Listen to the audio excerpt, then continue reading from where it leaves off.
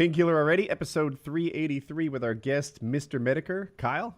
Yeah, a couple sponsors tonight. We've got Get Quip and Archer Danger Island is returning. We'll talk about those guys more later on in the show. But yeah, we got Mr. Metokur here. For those of you who are unfamiliar, just stop right now, watch a couple of YouTube videos of his from his Internet Insanity series, and come back to us after that. Sir, Jim, as you like to be known, you're a mysterious individual. I like that about you. That's the first thing I liked. I was like, well, what's his name? Jim was like, oh, he doesn't give out his name. I was like, well, what does he look like? No one knows. Oh, all right. Let me get into this a little more. And then I see that you're exposing pedophiles on the internet. You're facing off against these insane people who are literally criminals on the internet and exposing them. And I really enjoy it. And of course, you do more lighthearted things like the gang stalking video and stuff like that. Well, that's lighthearted for us. They're schizophrenics who are freaking the fuck out. Everyone's anti-pedophile. Except, well, not everyone. I just say, like, look, these are charitable men bringing children towards their sexual maturation, and Mr. Metokur goes and fucks it up. Yeah, I'm a terrible bully, interfering with the love that they're expressing to the innocents. Yeah. Hey, they're doing what was it that one guy said? Ethical child porn. Oh no. Oh god. Yeah. How did he put it? He was quoting somebody too that used to work for Salon. Virtuous pedophilia.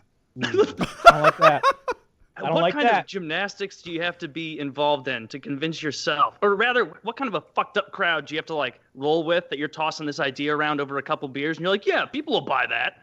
Like, no, fucking of course not. You're a pedophile. We hate you. Yeah, it sounds good. I think I'll roll with that one and people won't throw stones at my head. When I started my channel and the focus of my content is mostly laughing at absurd things on the internet. But for whatever reason, over the last, I'd say 4 or 5 months, it has just been nonstop. You dig a few layers down and there's some pedophilia. Ross is probably the most recent example, and that got a little over the line even for me, because it's not just a guy that's espousing, hey, I like to look at naked kids on the internet, hey, I'm a pedophile. He's talking about really violent things like, I want to shoot up a school, I want to hurt little kids. And then he starts saying that you can't stop me, I also work at a school. He volunteers at a school 1 day a week. Mm-hmm. So now you've got a situation where a guy is talking about not just a sexual attraction to kids, not wanting to just hurt them, but he's got access to them 1 day a week. And that's crazy. You had a really interesting take on that guy. I liked it. You were like, you know what? You need to be put up against a wall and shot. You said it straight to the man's face. Like there's sort of a Skype call or a Discord or something or another where it's there's maybe 4 of you in there, and that disgusting autistic pedophile is in there with you. And you literally say, you need to be put up against a wall. He's like, I feel like you're all picking on me. We are. We don't care about your feelings. You're a fucking pedophile. No, and Chiz just pointed out, he kept saying in the stream I was watching, I'm not a pedophile. I'm not a child molester. I'm a pedophile.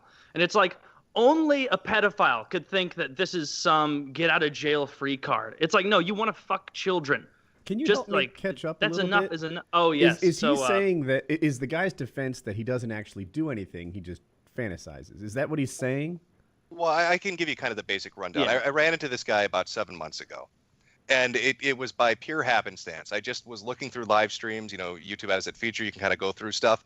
And I found one that had maybe like 3 people watching. It was like the bottom of the barrel live stream. And the moment I happened to just tune into this one is the moment that somebody says, but Ross, you said you looked up naked children on the internet. And I was like, okay, well, we've got gold here, because I can't go away now. I have to see where this conversation goes. And he started going on and on saying things like, well, I want to be a father. I really want to be a father, so I like to look at videos of naked children on the internet. That was his rationale for it. Then the guy follows up within about 30 seconds and he says, but what about those Discord messages you sent us where you said that you have a problem and you need to seek professional help about it? And I was like, this is insane. So I was able to get onto the live stream and I talked to him about it. And it got a bit heated between myself and him. I ended up doing a video, and this bizarre cast of characters that he happened to know kind of got sucked into it. You had somebody who was like a Twitch streamer, Nuclear Gamer, was like, Metokur, if you cover this, we're going to hack you. We're going to hit all your accounts. We're going to dox you. You're going to get taken down. Then they tried to say that they knew people in Lizard Squad. We're going to get all these people from, these notorious groups to come after you. The funny thing is, I'd say maybe a month later down the road, The person they were, saying that was on their side from Lizard Squad was like, I have no idea who these people are, and I wouldn't defend a pedophile. For people listening, Lizard Squad is a big name, like hacking DDoS thing. They've taken down Minecraft, Xbox Live, etc. Yeah, they were throwing out anything to try to get me to stop to focusing on it. What ends up happening is his grandmother watches my video and takes him off the internet. So I dug into it. He made a lot of statements. He got very angry at people. He would dox people and scream at people. So his grandma watches it, pulls him off the internet. You're done.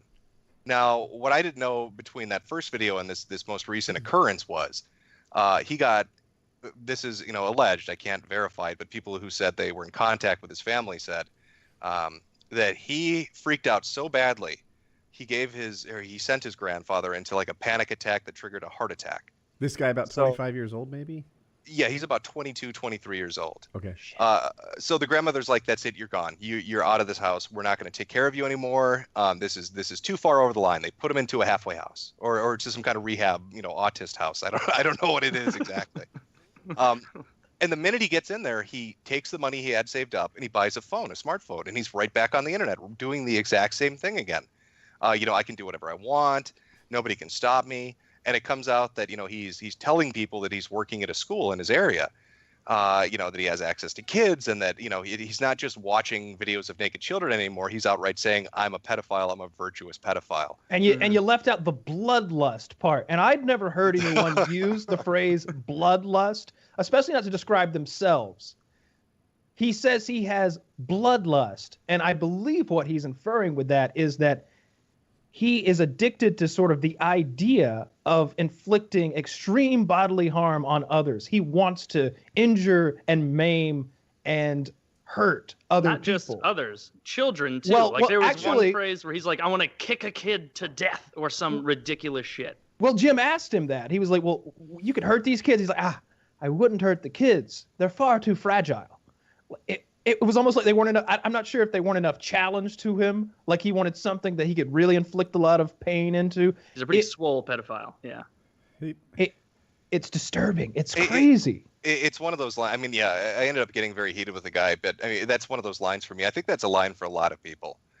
You can deal with a lot of goofy stuff online. You can deal with a lot of really weird fetishes and weird opinions and weird behaviors. But I think when you run into somebody that is just unrepentant about it, I not only am I attracted to kids, but I want to hurt them, and then I have access to them. It that triggers something in I think almost anybody that they're like, this guy needs to be dealt with. From what I understand too, again, this conversation that I had with him was on a live stream. Right, he ended up coming on a live stream after the third video, and we had it out. Yeah. That's where I told him I'd line him up against the wall. His grandmother watched that as well. If you listen to the video, you can hear his phone go off about 38 times. And that's his grandmother watching this take place, trying to call him and say, what are you doing? You need to stop. Wow. It is just nuts. Earlier in the stream, like, I guess this was like the beginning part of it, because I think I watched the whole thing. He tried to act. It took him probably 15 fucking minutes of you telling him, hey, it's not normal to look up images of kids bathing naked on the internet just because you want to be a father. And you could tell he's a genuine pedophile because it did not register with him that was not normal. Yeah. It's like, I'm just looking up kids bathing. How is that weird? I didn't even jack off to it. It's like, that's right. Not the fucking point, retard. You don't look up naked kids bathing. If you're like, I'm excited to be a father, maybe look up, kids sports or whatever the fuck I can't wait to teach my kid baseball. Oh, I can't wait to do this. Like, you don't go to bathing. You're a pedophile. Everyone who's not a pedophile can see that. And, it follows up on, there was another person on the internet, and I how do I go into the details of the story without getting too descriptive? But a guy named Nick. Feel free. Yeah, you can get as descriptive as you would like. As you wish. All right, remember you asked me that. So, yeah. All right. Another guy named Nick Bate. Nick Bate made outrageous claims, kind of like Ross did. Said, I'm attracted to kids. I like kids. Turns out Nick Bate has a little sister, a stepsister. Now, Nick Bates, and he's in jail right now. He went to jail because he molested her. But the thing that was so disgusting about Nick Bates is, I mean, he went on for years talking about how he wanted to molest kids. He wrote fan fiction about it. He acted unrepentant about it, acted like it was a normal thing altogether. He was also, I think it's called a corpophiliac. Yes. So he was into shit play, basically. Yes.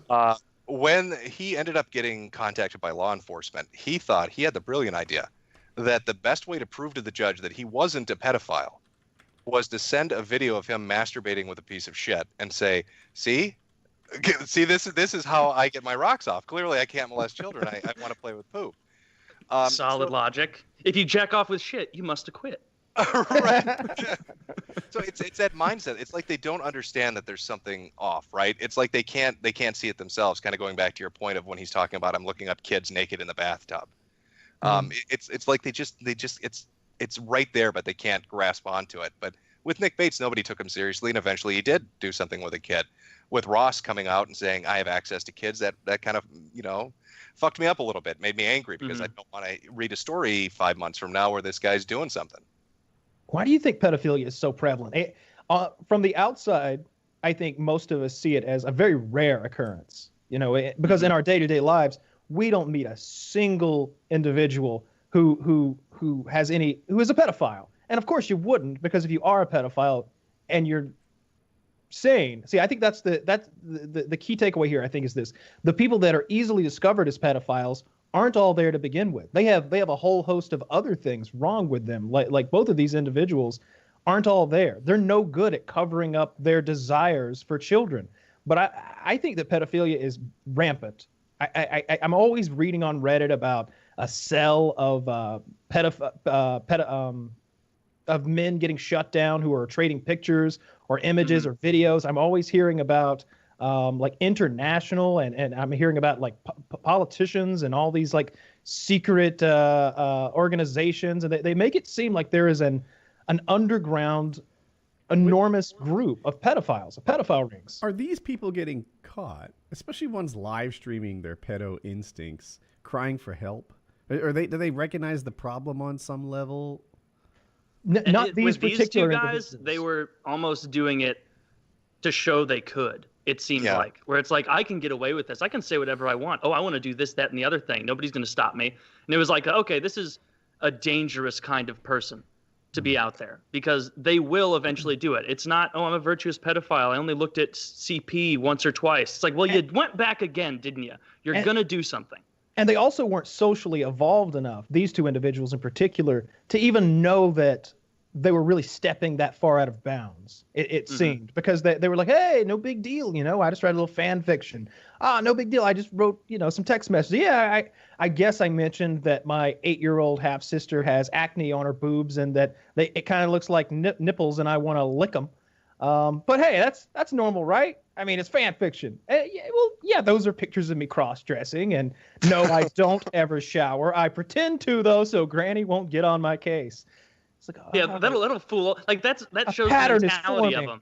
That's like a 4-year-old mentality of like, if I pretend to shower and leave the water on and leave smelling like asshole, Grandma will be tricked. It's like, no, you're a 22-year-old. You just have the mentality of a 4-year-old when it comes to hiding your pedophilic nonsense. Well, that was one of the weird things. I mean, especially when you kind of compare Nick to Ross.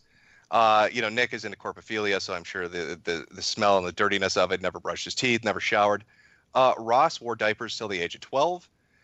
Wouldn't take a shower. His grandmother had to yell at him for a month to get him to finally shower by telling him his balls stank the house up.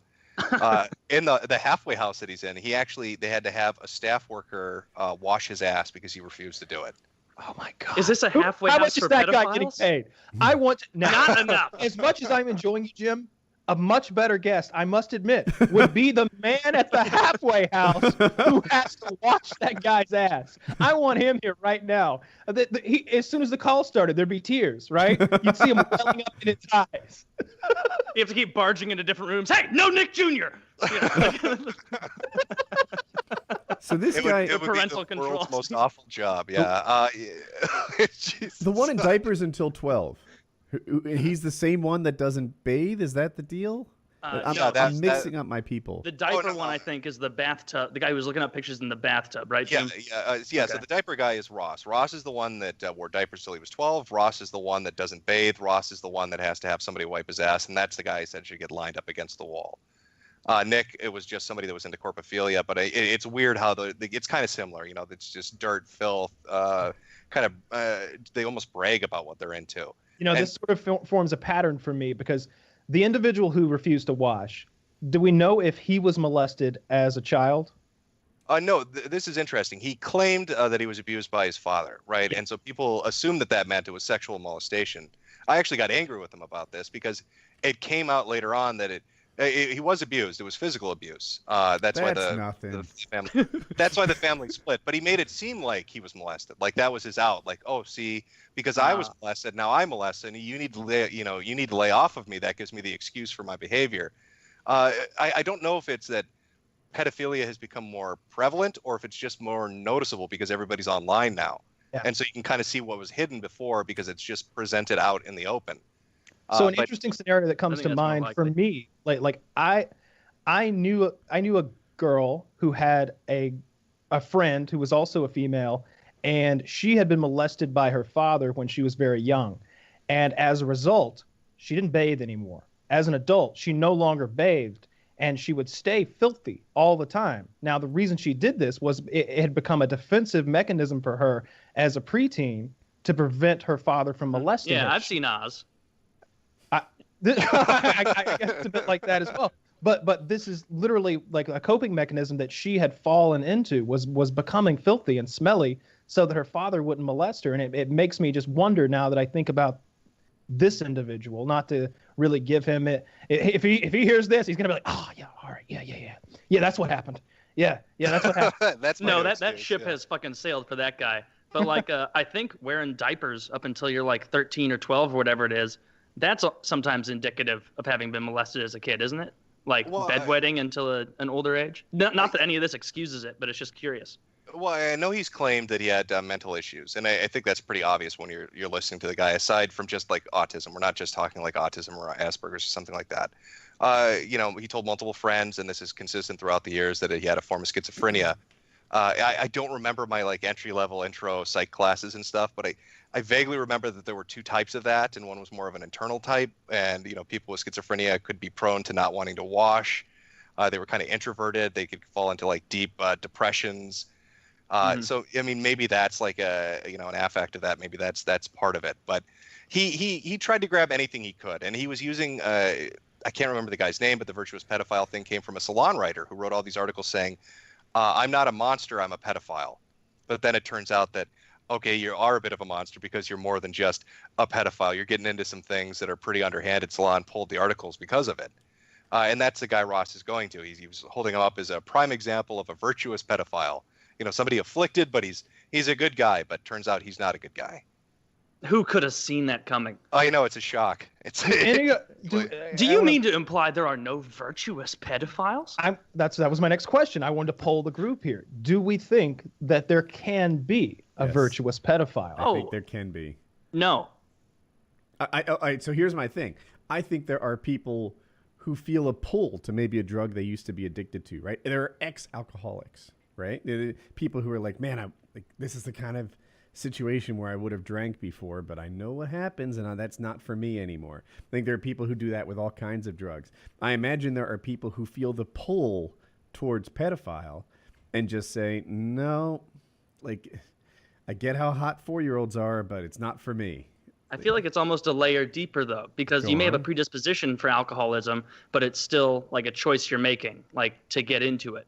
That sexual attraction that a pedophile has for children, like if that is ingrained, it seems like there's really no way for them to truly combat it, and it's almost going to be only a matter of time until something happens. I'm just cautious about nailing people to the wall as thought police, right? Action police, fucking line them up and shoot them, right?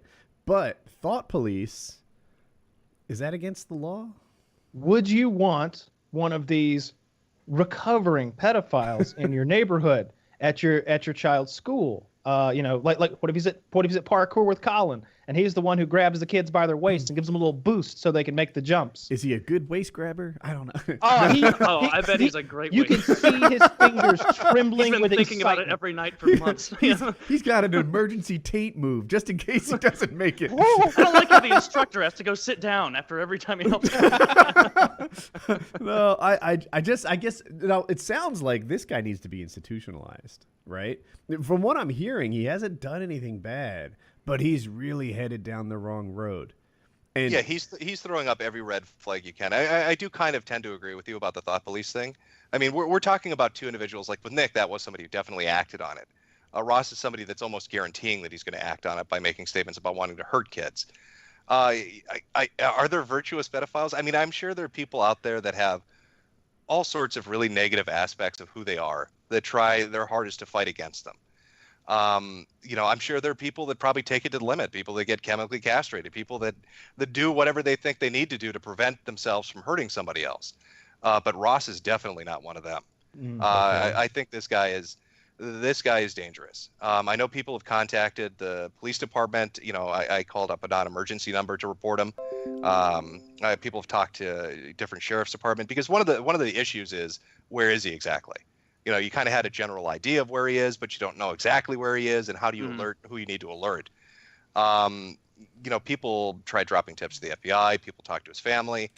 So it's one of those things where, I just really don't want to read a news story 2 months from now and be like, that's the guy that I was making videos on, and now here he is hurting kids in a classroom. I mean, I think if you have that in your nature, at the very least, if you want to claim to try to be a virtuous pedophile and fight against the nature of it, don't work with kids. I think would be a very simple first step. Yeah. This is not the virtuous pedophile that we just described. Dude, like I was quickly reminded of that movie, The Woodsman, with Kevin Bacon, where he gets out of prison after 12 years, convicted pedophile, and he tries to stay away from any temptation. He tries to get his life back together. He didn't go get a job at a school, right? Yeah. Like that's not what you do.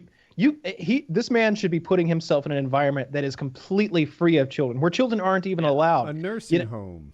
A brewery, like maybe you and there's probably an alcoholic somewhere working at a brewery. You and that guy swap lives, all right? Like both of you are going to be better off, right? Mm-hmm. Like get him in there with the kids. He'll be a little tipsy at first, but somebody will watch him. Yeah, he'll be funny. I guess it's kids will more love about the precautions they're taking to keep themselves away. Like if they're like, oh, I'm a pedophile, but I'm going to go live in rural North Dakota, and be a oil rig worker where it's only adults, then yeah, you're trying at least. Like I'm going to be wary of you because you've admitted you're a pedophile.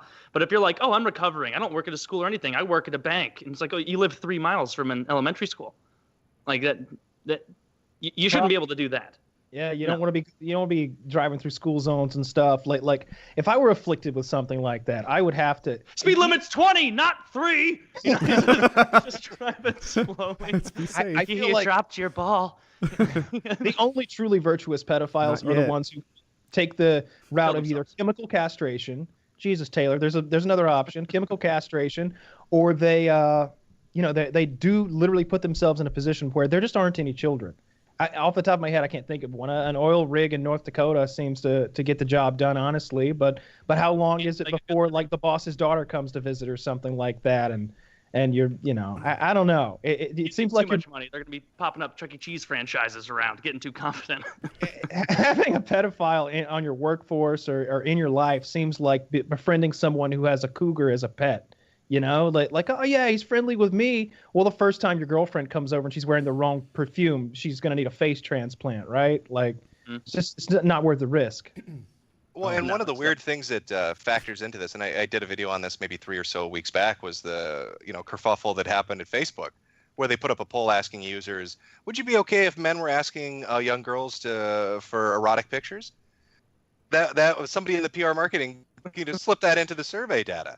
Or you've got stuff like YouTube, where they had just all sorts of things. I mean, they had the massive culling of channels that were really bizarre stuff. I mean, it was a lot of preteens that were wearing diapers and sucking on pacifiers and just doing some really bizarre stuff, toy channels and that kind of stuff. There was the YouTube search algorithm that auto-completed something to how to have sex with your kids when you entered how to. So, it's just, I think maybe some of the tech firms out there might want to just, give it an extra look over before they start surveying user bases about sending erotic pics from teenagers or, looking up kids dressed up naked or how to have sex with them. You use a song that you're not supposed to use, you're down in 30 seconds. You can make an Elsa and Spider-Man video where it's like 2 adults dressed up and it's like, oh, Elsa performs fake blowjob on Spider-Man. It's like 60 million views, been up for 3 months.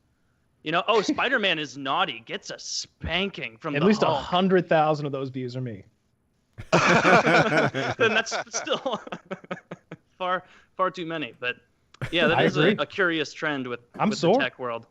Yeah, it is. But I don't want to make it seem like I'm Mr. Medicare pedophile hunter. It's just been very bizarre that I've run into this groove. It seems to kind of be a reoccurring thing, at least over the last couple of months. I mean, my majority focus is looking at absurd things on the internet or laughing at goofy stuff on the internet. That's kind of what I enjoy. But you start looking at the goofy, absurd stuff, the outliers that are kind of on the fringes, and you're going to start seeing a lot of crossover with some darker stuff.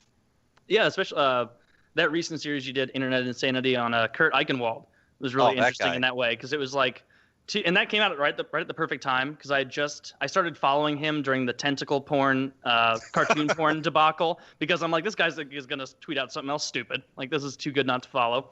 And then as you were releasing those, he had like a meltdown on Twitter and was tweeting all this other ridiculous shit. And just like you were talking about, that also eventually came back to like sex and pedophilia and shit for some story he was investigating. Eichenwald was a really interesting case. This is a guy that had a very kind of big bang at the start of his career. I mean, he was respected by his peers. He's a best-selling author. He received accolades and awards for his writing. He covered Enron and did a whole bunch of stuff. People said he's very detail-oriented, very meticulous. And then this story comes along where he's investigating a child porn ring. And he cracks it, and the kid that was at the center of it, I think it's Justin Berry, ends up testifying before Congress. It becomes a really big thing. It gets him a lot of press. But then details start to emerge that he was making payments to Justin Berry before the story ever started, that he had potentially access, that was an allegation, to the back-end administration of the child porn site. So, a lot of really weird details. And, he's kind of become just weirder as time has gone on. I don't know somebody that would accidentally show a porn tab in a screenshot and then think the best way of reacting to that is telling everybody, no, you don't understand. I was just trying to show my wife and kids that tentacle porn exists. Eichenwald, right after you finish eating dinner and you're like, hey, kids, come over to the computer. And then instead of Googling tentacle porn, you go, let me go to my favorites, click this tab, and then just see through the rest. Hey, honey, you like calamari, right? Come here, let me show you. Let me show you what the other side does. Oh, right. He's very litigious, too. That was one of the things I noticed. There's a YouTuber, I think it's Diversity in Comics, who covers comic book-related stuff, obviously. Eichenwald somehow got involved in a spat between him and somebody that worked in the industry who was an artist. Eichenwald took this guy's side, was praising him, saying, oh, this is crazy. Look at these, super PC people that are attacking you. Everything looked like it was great. And the guy does a video and says, maybe I don't want Kurt Eichenwald on my side. That's essentially what he said. Eichenwald goes apeshit, sends him about 13 emails. I'm going to sue you if you don't do what I tell you to do. You better tell people you screwed up and made a mistake. I'm sick of taking shit. I'm going to make you an example. Just going after him. One of the things I wanted to include in the video, I couldn't because people want to remain anonymous, and it kind of makes it useless, at least in this context. I had people that were reporters for different outlets talk to me and say, yes, he is litigious. Yes, he will threaten to sue you. Yes, he did this kind of stuff to me. So, I heard enough of those stories to see where this was going. So I made very sure when I made that video to be like, this is an allegation. This is being reported from this outlet. These are things that we can verify through archives, because I did not want to get Eichenwald emails from him saying, I'm going to sue you because you hurt my feelings on the internet, which he apparently is prone to try to do. Yeah, you wouldn't want that. So, like, another aspect of what you do, until a few days ago, I didn't know this. I'd only watched your main Mr. Medicare channel and watched all that content. I just in the last couple of days discovered the blood sports thing. And it is, like, I was trying to, like, jump into a stream and figure out what it was about. But there are so many characters. There's so much backstory. There's so many people in the call. It's like, God, I need to like set aside a weekend to try and figure out what the fuck is going on. Can you one of the big, and it is very entertaining. I like the like very combative shit. You're hilarious on it. But a guy I don't know. I still don't fully understand. I know he's a political figure, like alt-right kind. I think alt-right. Baked Alaska. He's the big thing as of late. Could you give me like a download on what is going on with him? Because it seems like the whole blood sport arena is just knee deep in him right now. Lay this whole thing out for people that aren't familiar with Bloodsport. Yes, yeah, yes. Sure. Bloodsports is just the dumb gay little nickname that it's been given, but it's a stream where people come on with a heated confrontation. That's really what it boils down to. You can think of something like almost like a Jerry Springer, a Maury Povich, a Richard Bay kind of type atmosphere. They've had some interesting matchups. Tariq Nasheed went up against Jared Taylor, so you've got somebody who's more kind of like a black supremacist than a white supremacist going at each other. And Tariq was funny. I mean, he actually said, and this is almost a verbatim quote, "My dick is a weapon of mass destruction, which I will use to destroy the white race." And so I got a great chuckle out of that. Tariq, he's a very funny guy when he gets going on his spiel. But it started off really political. A lot of political matchups. A lot of people in the alt-right or on the left, kind of going at it. And it spun off into multiple directions. But with Baked Alaska, who was this guy that used to work at BuzzFeed, got into the Trump presidential cycle, based magapede and all that. That's how he'll describe himself. He and I had a bit of an argument. One thing I don't like, and this is me personally, maybe this is just me, but I don't like somebody that builds up an audience, rapport with a group of people, right, who financially support you, and they're showing up to watch your content, they're showing up to support your streams, maybe they're buying your merchandise, and then you turn around and tell them, you're not worth it anymore, I don't like you, you're toxic, or there's some aspect, I don't need you anymore, I'm better than you. And that's kind of essentially what he did. And I really didn't like that. And so I was like, you seem to me to be a sellout. You seem to be somebody who takes for granted people who supported you. You kind of turned your back on them. This sets into motion a sequence of events that just goes completely off kilter. I mean, at the very beginning, it's me calling him a sellout. Today, we're talking about people going to the Pentagon. So the real Pentagon? Yeah, the real Pentagon. Swear to God, I will try to lay out the sequence of events on how this happened. So I tell that to Baked Alaska. He gets very angry.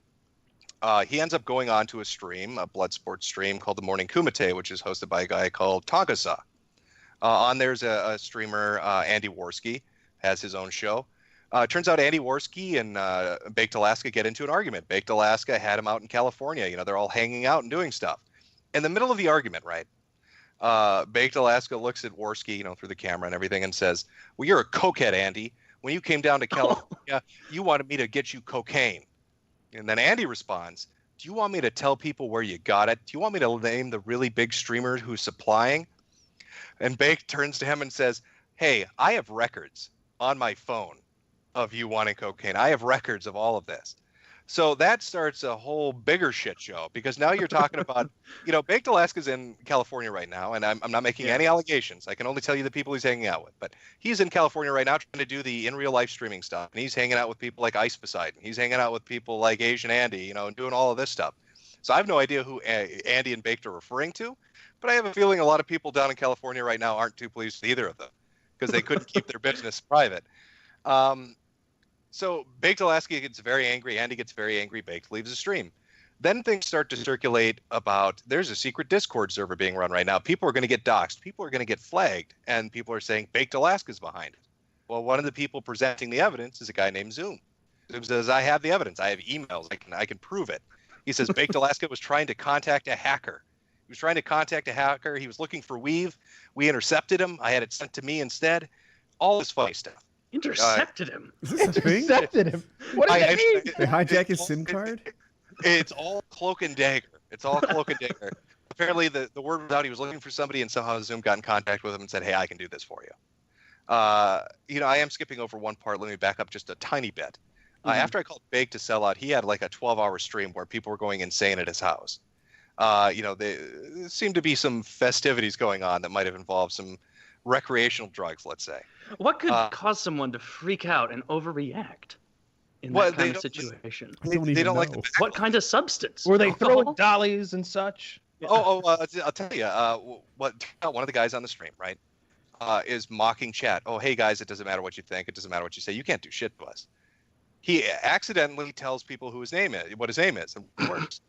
In that same stream, he said something to the effect of, "I think if teachers have sex with students, they should get a pay raise." Turns out this guy works for a very conservative individual in the political sphere and the kind of radio sphere. And he said this multiple times. Well, chat was like, "We love a challenge, and you just told us what your name is, and we figured out who you work for." So they start just screwing with this guy relentlessly. So I want you to imagine this. I mean, you get called a sellout by somebody, right? Mm-hmm. And start talking about people doing drugs. And then some guy shows up on your stream and he's spazzing out and people find out who he is. He's making really weird statements about screwing his teachers, screwing students. People find out who he is and they're contacting bosses and things are escalating as time is going on. Now we've got a hacker appears from out of nowhere. And he's going to turn over the evidence to Andy Worski. Andy Baked wants to come after you. I have all the evidence for it. Well, then, to follow this up, because this shitstorm, this rolling trash fire has to continue. Mm-hmm. People are like, well, this Zoom, the hacker's making this all up. He's completely making it all up. And not just that, but he's a pedophile.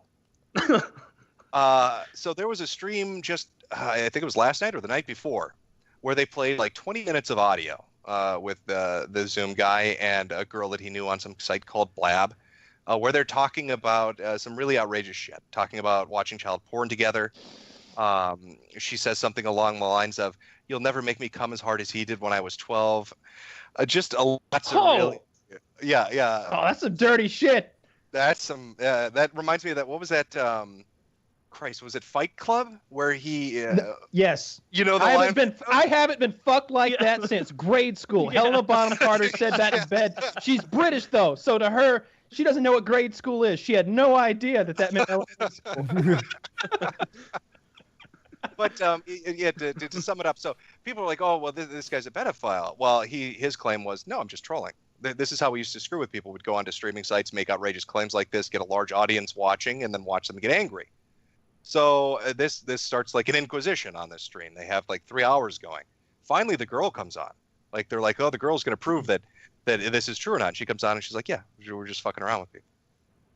So even I'm lost at this point. I mean, blood sports, I think it really is just Jerry Springer for the internet. I don't know how one event leads into a sequence of events like this, but it just gets more absurd as time goes on. More people get drawn into it as time goes on. More outrageous allegations come out as time goes on because people get so heated and so personally involved in it.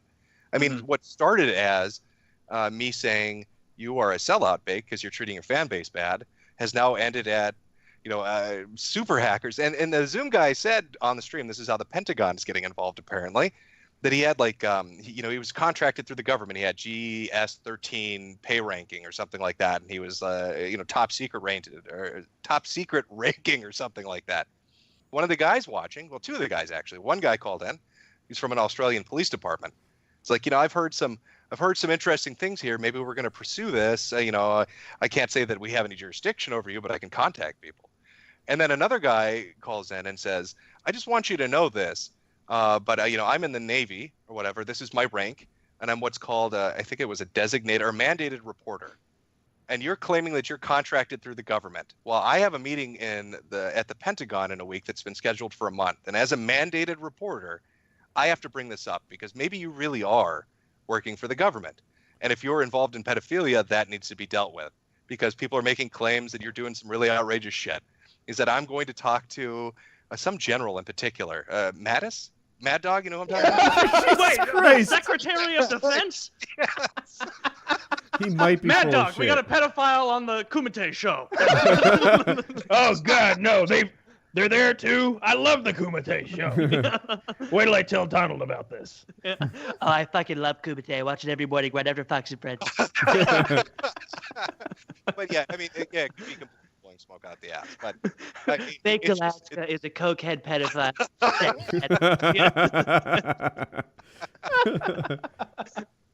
But it's absurd. But yeah, it really is. It reminds me of that kind of generation of television where it was just a ridiculous story that's kind of ongoing. And I don't think it's people intentionally trying to do it. I just think it's once people get really invested in the argument, all the secret comes out. These people have had me on their streams before, and they say they give me a lot of crap because they say I don't have internet friends. Well, why don't you have internet friends? And I'm like, well, look around. I mean, Baked Alaska is talking about coke use, and they're supposed to be internet friends. People are tearing themselves apart. Why would you open yourself up? I did love that section of a stream. I watched. It must not have been the whole stream because it wasn't that long, but it was like your friends discussion with all those guys that I'm not familiar with all their names, but they were like, "Oh, we're all kind of friends here," and you're like, "No, none of you are my friends." And like one or two of them pipe up, "Yeah, but like me, Jim, like we've known each other." No, None of you are my friends. I don't want to be friends with them. And it was just the blatantness of it. And then the subsequent, like, almost passive, almost underhanded way to be like, but we're still cool, but we're all right, right? Like the need for validation. That was very funny to watch. Well, and to give you a, kind of to cap this off, and I want to make sure I'm saying the right person's name. So if you can give me one moment here, let me just pull up my Twitter account to give you an idea of how ridiculous this is getting at this point. As a follow-up to all these streams, during the stream with the alleged pedophile hacker, right? Mm-hmm. One of the hosts of the Blood Sports is like, I want to set up an in real life money match with you. I want to get into a fight with you. I want to kick your ass. So they agreed to set this up. Now here's where it gets even more ridiculous.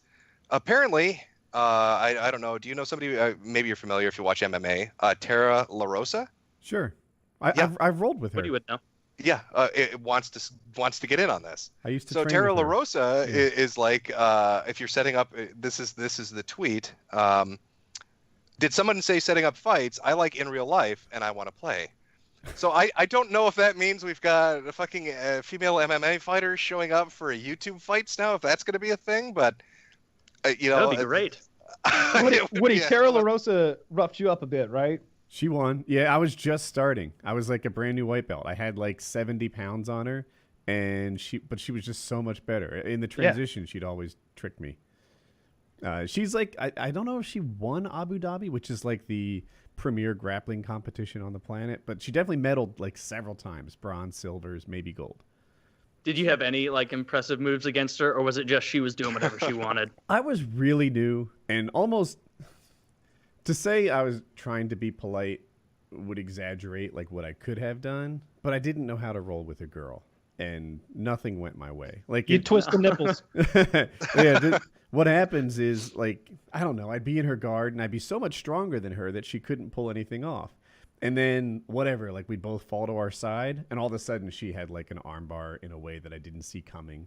And that's what it was like to roll with someone much better, but weaker. Does not sound like fun. Well, maybe she'll show up to the Bloodsport to YouTube fights. I don't know. I mean, that's the third one now that's been set up. There was an event called Kilroy that fell apart because the person running it was basically a scam artist. They did a sequence of videos on that.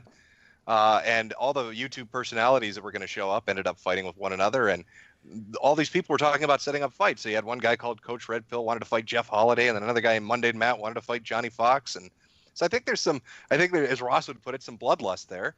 So maybe YouTube fights will become a thing, like a next generation bum fights, if anybody remembers that. Yeah. Oh, we talk about bum fights every other week. It's a 10-pole topic. Big fans. Guy gets his face bit off. So that's felony for fights. Like a Don't fucking mix it up. 30-pack. He gets it for a natty pack. That's felony fights. Yeah, that's felon fights. Yeah, that's right. a whole different thing. Much classier than bum fights. Don't get it twisted. Don't besmirch the name. Is. It's the pinkies up. We start with clubs. Woody, you're no stranger to internet fights. Way before not to being challenged to them. It was like 2011 before the first time you got challenged. Something like that, yeah, I guess. There was a guy, and people here know the story. I think he was on the spectrum. He claimed to be on the spectrum, actually. He said he had Asperger's, and he used to routinely talk about raping my wife, raping my daughter, anally raping my daughter, and then he would make fun of my son. I have a special needs son, and he would just I don't know, take pictures of his poop in the toilet and say here, I got some snaps of Colin, and tweet that stuff out.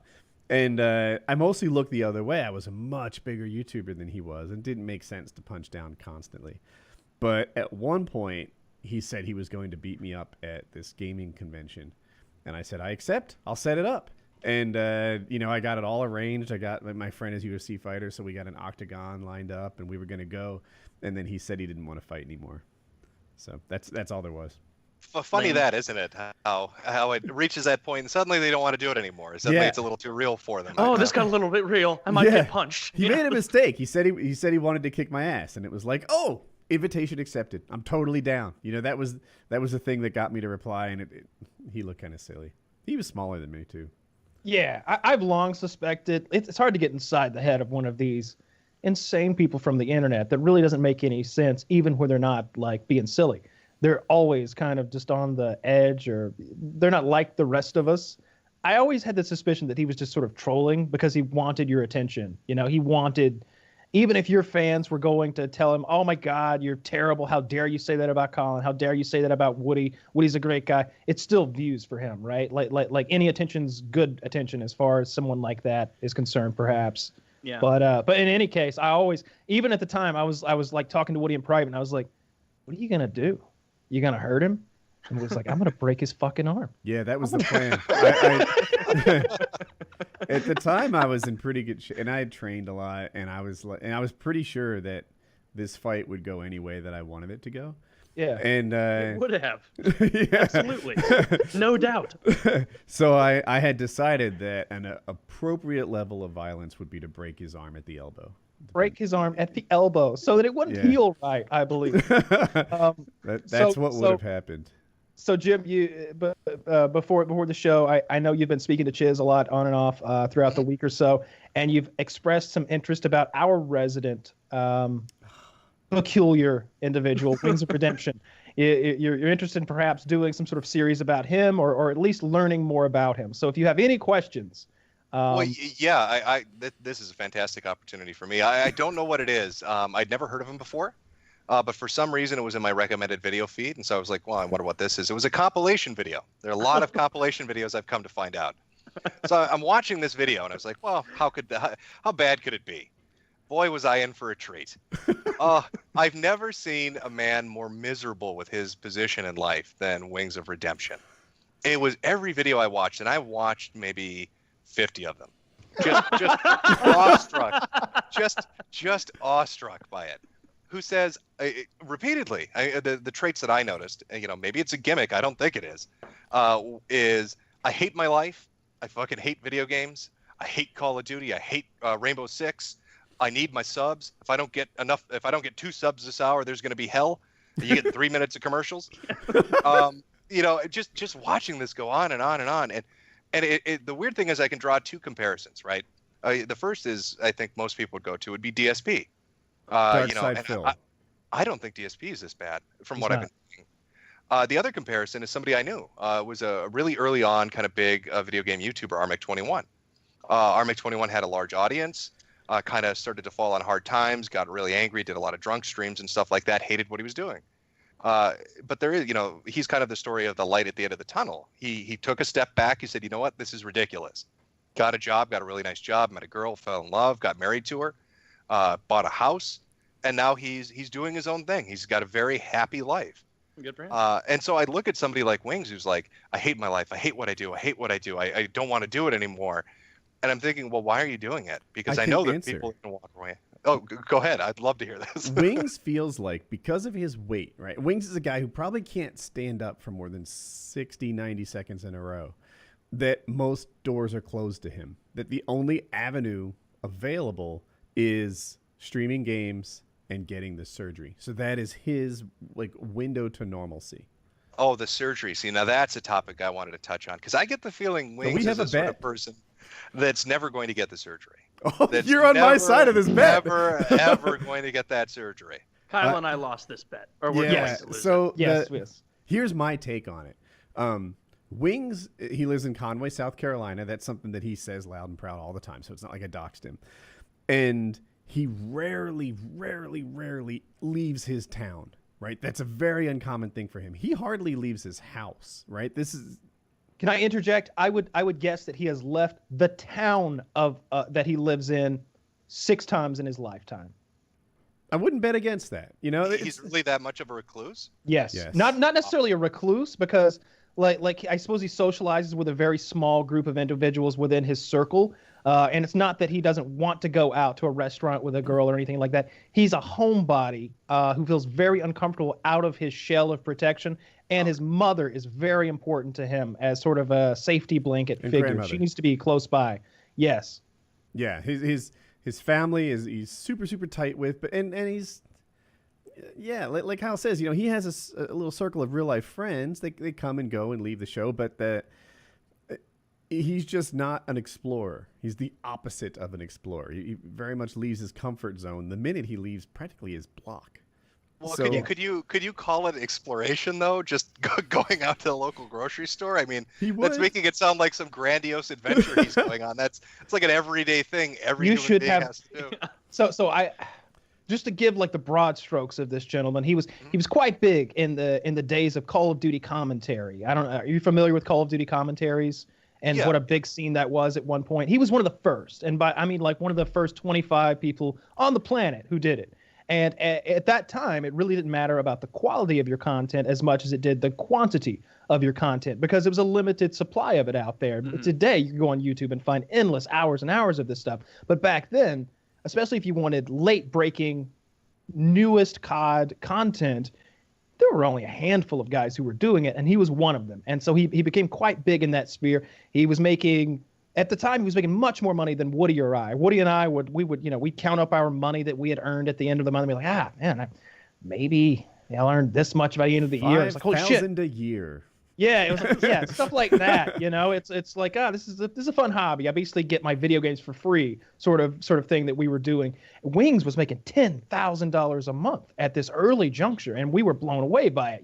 And to live in his income area, and to have his history of low income, it was like one of us making $100,000 a month out of nowhere. It was life-changing to him. And like many lottery winners, it really made him a completely different person in a lot of ways. He splurged that money around. He spent it on vehicles and on ladies. He's had several girlfriends that were part of his YouTube channel, and the money he invested into a restaurant with his mother, and there were many ventures like that. He got into financing a Call of Duty team for a while, and things sort of petered out after a while when the Call of Duty thing took off, and now there's literally thousands of people doing exactly what he does, but better. Not only are they better at the game, but they're cutting edge with their audio, with their video, with the quality of their videos. There are guys who are spending 4 hours for every minute of content they're putting up. The guys who are like breaking down the weapons in Call of Duty and breaking down all sorts of tips and tricks. Wings, on the other hand, on a busy day would make 11 videos in a day, right? So you can imagine that these are kind of just spit them out, not as great as the competition. Now, these were pulled from his streams, right? That was my Yes. understanding. The He'd do a recent stream stuff. and Yes, he has segued into a Twitch streamer because, as he says, the troll channels, which you watched about 50 of which their I videos. watched quite a bit of. Yeah. Yes, he believes that the troll channels have affected the YouTube algorithm in such a way that his YouTube channel is worthless. Now, that's just a bunch of silliness, because it's not as if anyone is out there searching Wings of Redemption looking for him for Call of Duty content. That's not how it works. You get discovered via those troll channels, if anything, at this point. If he were regularly uploading, then people would segue. Someone like you would have ended up on his channel watching some of his content, and if he was putting his best foot forward on his channel, you would say, oh, well, he's not all that bad. Look at him. Here he is with his grandmother sitting there having a nice conversation. Here he is cooking. Here he is going for a walk. He's trying to better himself. But there's none of that content because he's completely given up on YouTube, only a Twitch streamer now. Now, he's been raising money for, let's call it 6 months now, for the surgery, as he calls it. And it was very vague at the beginning. It was just bariatric surgery. There's a couple of different kinds, but that's neither here nor there. In the United States, they cost about $20,000, roughly speaking. And in Mexico, they cost $6,000 or $7,000, roughly speaking. And he has had enough money to do it in both locations, back to back, for a long time now. Back to back. He could have a pair. If he had another belly, he could go to the U.S., swing by Mexico, and come home. Absolutely. He has reached his goal several times now. And people continue to donate and everything. If he had multiple stomachs like a farm animal. I'm ruminating a little bad today. But he keeps putting the surgery off. And his most recent, when we made the bet, Woody and I, about whether he would get the surgery this year or not, I said absolutely he will, because the last update I had gotten from the Wings of Redemption Twitch streams was, got my passport, I've got Dr. Martinez, I've got an appointment, I've got this, I've got that, I've got the money, we're set here. And then the next day he's like, but but I went and saw a doctor here in the U.S. and she says, my heart might not be healthy. And it's like, of course your heart isn't healthy. That's the excuse strain. He's going to pull out every. The interesting thing, he's like a weird amalgamation of different characters. In regards to the weight loss, I'd compare it to maybe like Boogie. Boogie talked for years about wanting to lose weight before he finally kind of went through with it, and he got the surgery and he started trying to do it. Mm-hmm. But there seemed to be at least some motivation there to do it. But with Wings, it seems like I saw some these compilation videos. They touched on it, and one of his excuses early on was, "I don't have a passport. I can't go get a passport because my mom needs to take me," or something like that. And then it was, "How angry would you guys be if I didn't do it because I'm worried about Mexican doctors?" Or how angry would you be if I delayed it because I need to do it here instead? It's like any way out that he can find. And with the algorithm thing too, and the troll channels, did something happen? I'd almost place it like 3 to 5 weeks back. Because that seems to be a lot of the compilations really started taking off then. Did he do something extra ridiculous 3 to 5 weeks back? Was it you, Kyle? Oh, come on. Why do I always get the finger pointed at me? Kyle at one point asked for compilation videos on this show. No, that's been months ago. To be fair, we kind of backwards in a way ask for that every episode. No, what happened was long ago, 4 months ago or something like that. Long ago. Yeah, I don't know that this is going to be exactly accurate. So the 100% truth of the matter is there have long been these compilation channels that put his stuff together for years and years now. And we've always watched them. And at some point I asked for sort of a music accompanied compilation of him raging set to Johnny Cash's Hurt. I hurt myself today to see if I still feel. And it turned out well. Yeah. It turned out very well. Someone did an excellent job at it.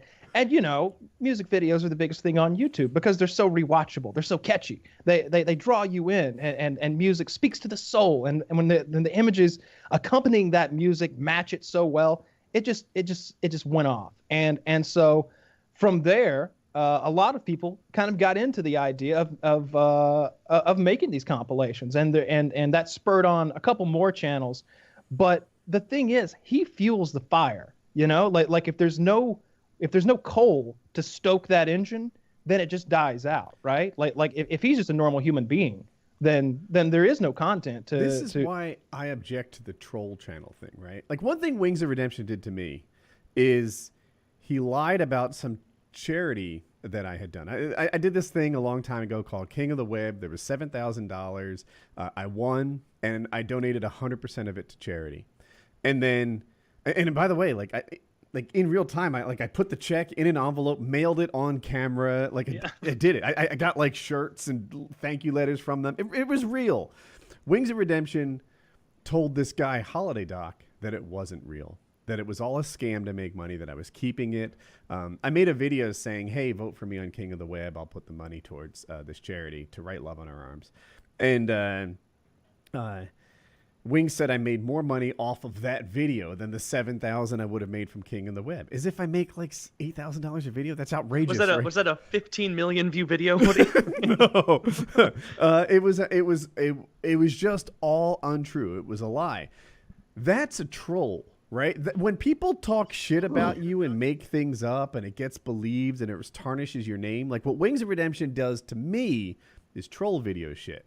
What he's getting is truthful clips of who he is, right? Yeah.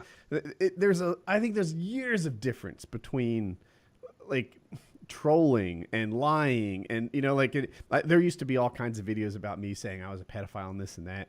None of like outrageously false, right? Not true. They're monetizing my children. I used to hear that all the time. What happens to Wings is they just literally show him live streaming, angry at the people he plays with, yelling at other people for his deaths in video games. Now, let me interject this. Now, in your research, if you decide to do something about this guy, you may find some people who call him out as a racist. That is 100% not true. And whenever that comes up, I defend him on that note. I'm all about giving him the fair shake as far as this stuff goes. Now he's terrible to people, and he makes up terrible things about people, and he does terrible things. But he is not racist. He grew up in a very mixed race environment, and he has no racism within him. So you'll see. my primary focus was really, and what drew me into this, what made me watch 50 videos of this guy, aside from my general interest, which was really weird because when I'm watching this, and I was talking to a friend about, well, maybe I'll do a video on this guy. My girlfriend came in the room, and she's like, "Is that Wings of Redemption?" She used to be in a Gears of War clan, and they used to apparently fuck with him and laugh at his videos back in like 2013, 2014. So that was really weird to me. And she's like, "You have to do a video." So I started watching more compilation videos on it. But they really are just strung together video clips of him being him. And the thing that attracts me is it's that he hates what that I think is the overall message is he hates his life so goddamn much, but he won't do anything to change it.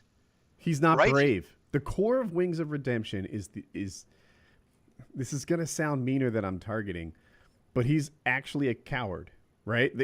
In his core of cores, it's why he doesn't leave his house. It's why he doesn't make any changes. It's why he doesn't have like the internal just bravery to get anything done with his life. That's who he is in the middle of him. And until that changes, he's just going to sit there getting bigger live streaming video games.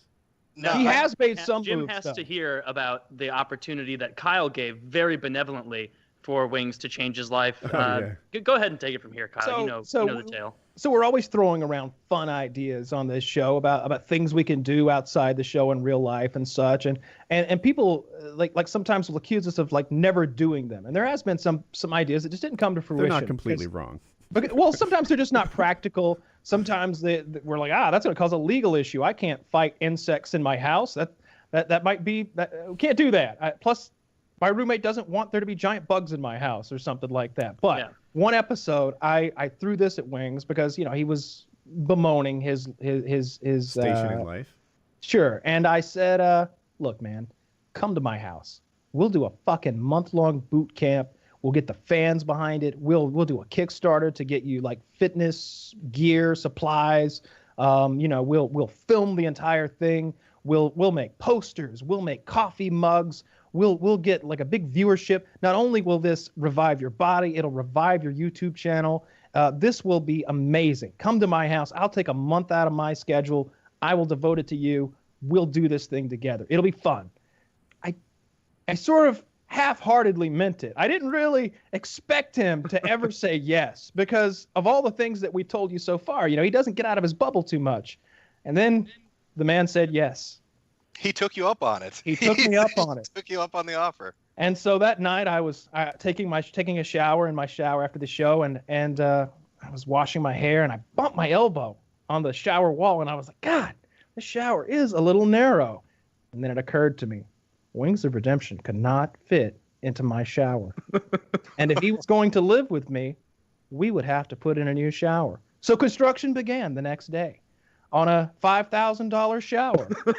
we tore out the old one. Wait, are you joking with me or Not is a bit. this you being legit? This is absolutely what happened. You built the guy a new shower. Called in the contractors, ripped the old shower out, ripped everything out, laid a tile floor, laid tile more of a car wash, really. Big double That's a good one, glass, Woody. big double glass doors, a power hose with the multicolored foam, just like wax, the whole thing. And getting ready for him to come over. I had a guest bedroom, but I don't think it was very well equipped. Bought him a new Roku, put a TV in there. This man is gonna lose weight. So he shows up to my house. He lived in Myrtle Beach. I was in Northeast Georgia. It's about a 5-6 hour drive, something like that. And he spent a month at my home. I filmed everything. I had a pretty nice digital camera, and I'm sort of doing voiceover live during the workouts. And I set up all of these sort of comedic type workouts where we used some of the money that was raised via Kickstarter to hire a friend of mine who assisted me in my videos, this guy named Jeremy, to be sort of like Wing's personal trainer while I was holding the camera and coming up with the workouts. And make sure you say that Jeremy is not a personal trainer. Jeremy's in good shape, though, right? Like, Jeremy's strong, and Jeremy can follow direction, and that's what I needed from a personal trainer. So Jeremy would motivate Wings, like, come on, one more, or they would compete in some sort of physical activity to make it fun and as well as entertaining for the viewership. And sometimes when Wings was on the elliptical machine, his weight would cause it to come off the casters, and Jeremy was there to put it back Starting on. fires, yeah. Yeah, start smoking or whatever. Jeremy was literally there spraying lubricant on the casters of the elliptical to keep it working because it had a 350-pound limit on it, and the man weighed 425. He lost 40 pounds at my house in 30 days. He tried to quit multiple times. Not 30 days. That's important to me, actually. So 2 weeks in, he wanted to leave. And we held like an intervention on the show where all of us were like, you can't leave, you can't leave, you can't leave. So he didn't leave, but he kind of half-heartedly quit. But he stayed there, and I want to say it was 24 days total that he stayed. Wait, so are the videos of this up? Oh, like, my, yeah. My friend, there is a whole fucking video series that I I have to go watch this now. like not to toot my own horn, but it's been called the greatest Wings of Redemption content ever by me. Right here on the show. Just now. I really put some blood, sweat, and tears into this. I invented sort of competitions for him to do. There were costumes. There were gags. He sat in a kiddie pool while being towed around by a truck, I think, as some sort of upper body exercise. Does that sound right? That happened. I don't remember why I had him do it. There was a Wings of Redemption obstacle course. He was flipping tires, swinging hammers, swinging baseball bats, pushing trucks, doing wall sits, lifting weights. I got kind of a full gym. And there was, at no point was there a structure of like, all right, Monday, Wednesday, Sunday, we're going to do shoulders, arms, and chest, and then we're going to do legs here. It was just, hey, see this guy Jeremy's dressed up as Gumby? in a Gumby fucking mascot suit. He's going to sit down and try to resist as you pull him across the hardwood floor. Yeah. It's like, who knows what it's working out, but he's being active, Something's got to work out. Doing something. And yeah, he dropped 40 pounds from this. Yes, because I put him on a diet. We prepared all of his food. There was no going out for fast food. There was only what we brought into the home and prepared for him. I lost like 15 pounds during the ordeal because I didn't have any junk food in my house for his benefit, and I was going along with the workouts to some extent with him along the way. I'm jogging beside him, or if he's lifting weights, then to spell him, I would do some lifts or show him the technique. I'm certainly not an expert or anything, but I know how to do a proper bench press, or I know how to do proper squats or whatever. And I'm watch enough YouTube videos, and I took weightlifting in high school and stuff. I know what I'm doing, so I don't hurt myself, and so he wouldn't hurt himself. And so I would demonstrate along the way. Well, living with him outside of the workout was one of the most horrible ordeals of my life. That month was one of the worst months of my life because Wings lives within his own bubble. He doesn't socialize, and so he doesn't curtail himself to social norms. Right away, myself, my roommate Kitty, and my girlfriend were in my kitchen, and the bathroom is visible from the kitchen. And we hear this noise of water flowing into more water. And we all look up ponderously, and the bathroom door is agape, and Wings is pissing. And we can see most of him. I couldn't see the penis, nor could he. But he was pissing. And we all and we were all just in shock. And finally my roommate Kitty yelled, "Close the goddamn door! You're pissing with the door open!" She's British, if you can't tell. And we all just bust out laughing. Like, can you believe that? He's like, what? What's the big deal? Just taking a piss. And not like I was shitting. Strong point. Shitting. When I put him on the FPS Kyle diet, which is a lot of salads and grilled chicken, basically, he didn't shit for a week. He didn't shit for so long. I called the only person who I truly know is a bit of a fitness expert, Joe Lozon, who's a UFC fighter, a man who is literally a fitness expert. He's a professional fighter, professional athlete, big name in the UFC. I'm like, he hasn't shat in 4 days, dude. He's like, what? He hasn't shat in 4 days. What do we do? He's like, well, if 3 or 4 more days go by, it's gonna be a problem. It's already a problem. I think, I'm just picturing the meals that he's taken in. That's still inside him somewhere. He's more piling stuffing on down top. the musket barrel. Yeah, like he's overloaded. Damn I've it. seen what happens when you put the wrong ammunition into a gun. It explodes. What are we gonna blow this man's asshole out? And I kept thinking back to a story that Wings once told us about how he was very constipated for a while and he hadn't been able to poop. And then he finally sat on the table, and I'm going to quote him instead of telling you what actually happened. Wait, did you say sat on the table? Toilet. Oh, okay. That was going to be a more horrifying story. It's much more horrifying than hang sitting in on there. Oh, it's about to take a turn. He sits on the toilet and he begins pooping. And to quote him, the turd came out sideways and log jammed in his asshole. And like if you can imagine like a long turd coming out an asshole and then somehow making a 90-degree turn and just wedging it open. It was like, a breech birth. In the movies when a big crocodile's about to bite the good guy and he sticks a stick in his mouth? Yeah. That happened to his asshole, according to him. And he screamed out in pain, ah! And fell into the floor with the turd still lodged. And he was in so much pain, to quote him, there was only one thing to do. And that was call for Grandma. What any of us would do. Grandma! There's a turd log jammed in my butthole. Help me. And she did. Quickly, she came to his aid. Rubber gloves were placed. A finger was inserted. And the turd, such that it was broken up and destroyed. So wait, his grandmother fished shit out of his ass? Is that what you're telling me? Well, to be fair, it was more of like breaking it up for easy room, like an abortion. To be fair, Mr. Metokur, we have our own scat man on the show. It's not exclusive to you and your universe. Yeah, who would tell somebody that story? God, if that happened to me, I would never tell that fucking story. You might kill your grandma so that she. You're just like smothering her that night with a pillow. I'm sorry, this can never get out. If Mr. Metokur finds out. So if you want that clip exists of him breaking that down.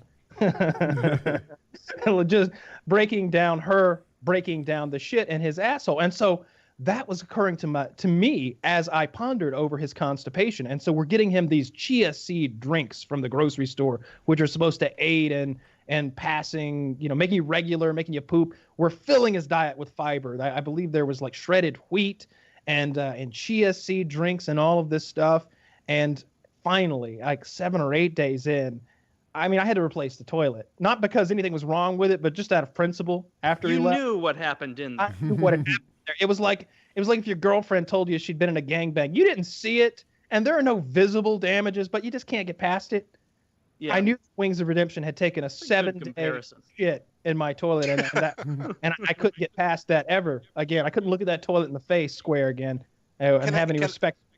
Can I ask you, what was his reaction after? So you host him on, this was on your channel, yeah?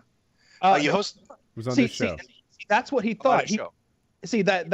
That's to be fair, I felt like that was even more benevolent of me. I made all of this content for him, hosted him at my home, and he was like, so you're going to put this on your channel? I'm like, no. This is going on your channel. This is about reviving your YouTube channel. Yeah. And these videos have hundreds of thousands of views. I'm looking at FPS. Oh, so it's all the traffic's going to him then? All of the traffic. It was all for Wings. Kyle did this very benevolently. I wasn't. So he loses weight. He gets a show with you. He's got, hey, come check out my channel. You watch this stuff. It's a month long. And was he happy about it? Was he thankful? And we set up an Indiegogo and raised him $10,000 cash. So did he ever say thank you for that? Thank you for helping my channel. Thanks for the money. Thanks for losing the 40 pounds for all the work. I don't want to say no because there's a chance I just don't remember it. And he did say it, but I will say I don't remember him ever thanking me now. I remember him saying Kyle didn't do shit except for set up the workouts and make the videos and whatever other things you did. Since then, he's kind of gone the opposite route and said that I didn't do anything really to help him. And then follow that by listing all the things that I did do. You just said you put in a new shower for him. Yeah. For fuck's sake. Right? You redid your damn house for him. Yeah.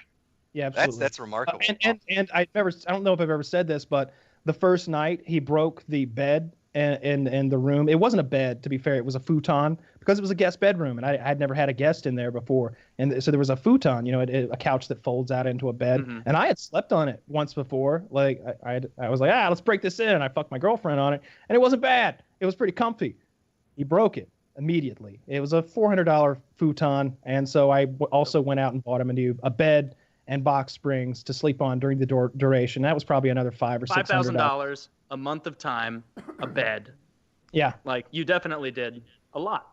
I'm not. This isn't about me, but we did a lot for him, and he was very ungrateful in the end, I suppose.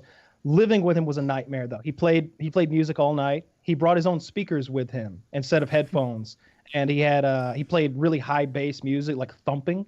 This doom doom doom doom. Was he trying to get you to kick him out so he didn't have to lose the weight? Do you think that was like a plan? This was night one. When No, yeah. Do you think it was a plan? Like, if I'm really obnoxious with the music, they'll be like, "You got to go, man. You got to." He had no social awareness. He had no idea he was offending me, and I'm so the opposite direction where I'm really considerate of people's feelings. Mm-hmm. I was just like, I'm not gonna say anything. I'm just gonna move to one of the other bedrooms in the house. Like it was a 2-floor house, and like my basement was finished and had 2 bedrooms in it. So I just moved downstairs to one of the other bedrooms, and I lived there for the duration of his stay. That's crazy. Yeah, because the thing with him is there are a lot of rumors out there, and so maybe you guys can enlighten me on some of this stuff. One of the darker subjects that's come up, and I've seen this on a couple of websites, talked about on like a couple of subreddits, talked about in video comments. But again, I'm only watching the compilations. Is he a guy that's threatened suicide on multiple occasions? Like, that keeps coming up, and I don't know if that's legit or if that's just people exaggerating. Tons of times. Many times. Lots of times. He has gone so far as to show the bullets and the gun that he would use to commit suicide. He's taken pictures of the 45 hollow point bullets and tweeted them out saying, "These are the bullets I will kill myself with when I run out of money." Is that to try to guilt trip the audience into paying him, or is he trying to? Do you think he's reached that far down that he's at that point? Can I take this one? I think it's really difficult to tell where his like 3D chess audience manipulation starts and where his just that's who he is ends. Like there's somewhere on that spectrum is a thing, and I can't tell if he's really sometimes harboring suicidal thoughts or if he's just playing everybody. I don't think he's playing anyone. I think he's socially inept in a lot of ways, and he doesn't really understand the way he just when he feels something. And this is what makes him so fascinating. And this is why, to this day, I'll say I don't hate Wings of Redemption. I don't dislike Wings of Redemption for all of his flaws, all the things that all the insults he's hurled our way, both true and false, lies and the truth. I don't dislike him. I don't want bad things for him. Because he is real. He is raw. He will give you. He will like we've all had bad days, right? Where maybe we had some terrible thoughts, like, oh fuck this is bullshit. As soon as he has those thoughts, he'll share them with you. He'll cut himself bare to the bone and expose it to you and tens of thousands of more people on the internet, because that's just how he is. He's hit rock bottom 10 times. Okay, like he's at magma at this point. He's under the crust. Yeah, the bedrock. He's found the iron core and he's drilled deep within, but he still finds a way to like perk back up, and then you watch him fall again.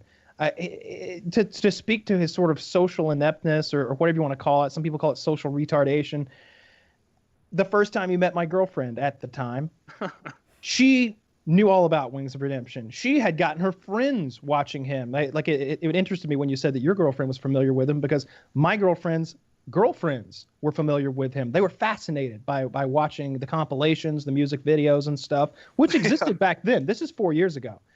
And my girlfriend comes over. We're in the basement working out, and we're very sweaty and smelly. And, we've been working out for a good 45 minutes or something like that. And you can't keep him going for 3 or 4 hours. He's not a pro athlete or anything. You warm him up, you cool him down. You warm him up, you cool him down. He collapsed a few times. Like I will say this, he gave his all when I was pushing him on the workouts. He collapsed a few times, and my girlfriend comes down there and she meets Wings of Redemption, and I sort of studied him to see what does he do when he meets a strange female.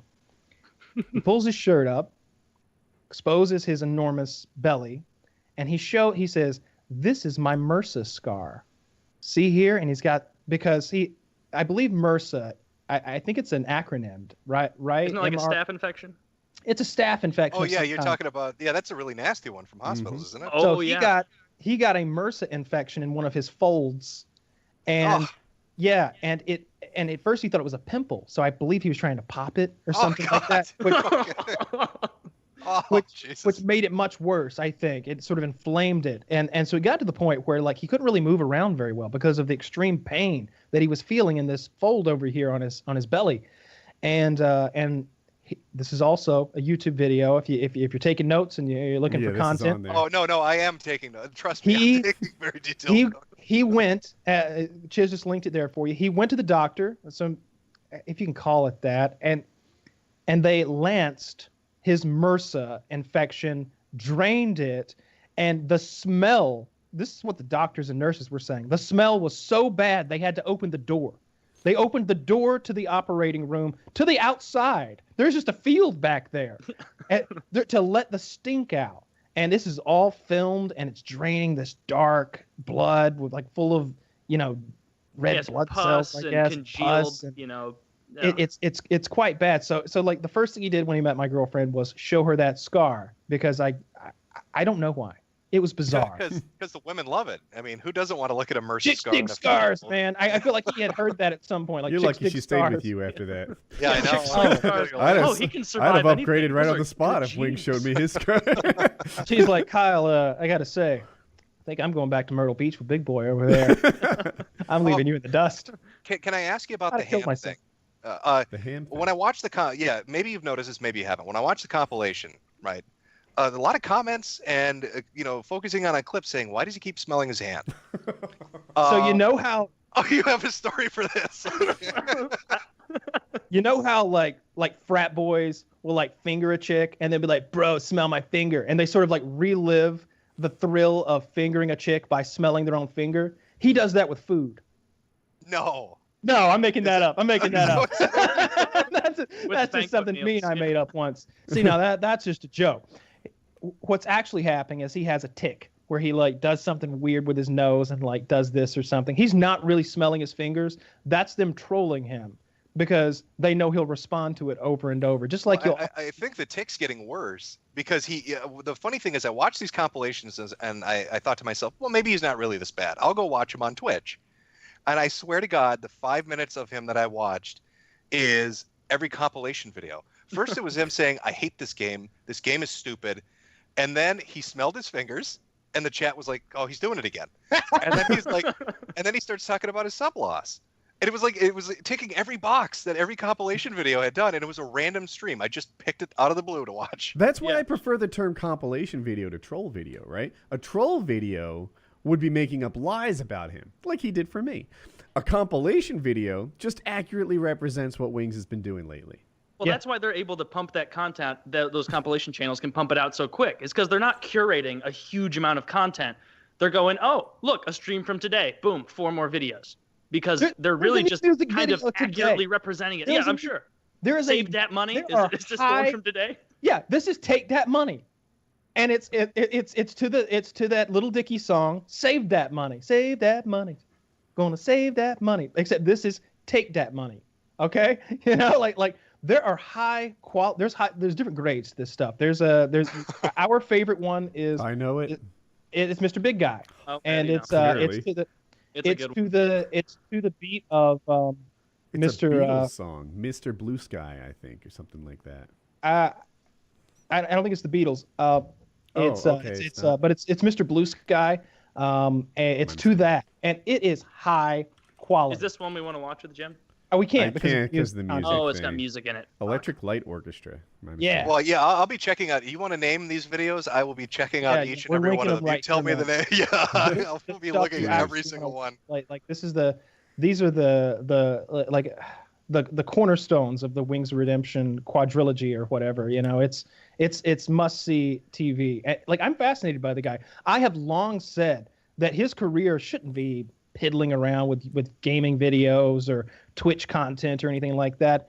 It should be a reality show. We've probably all seen Honey Boo Boo, or at least know of it. It's garbage TV.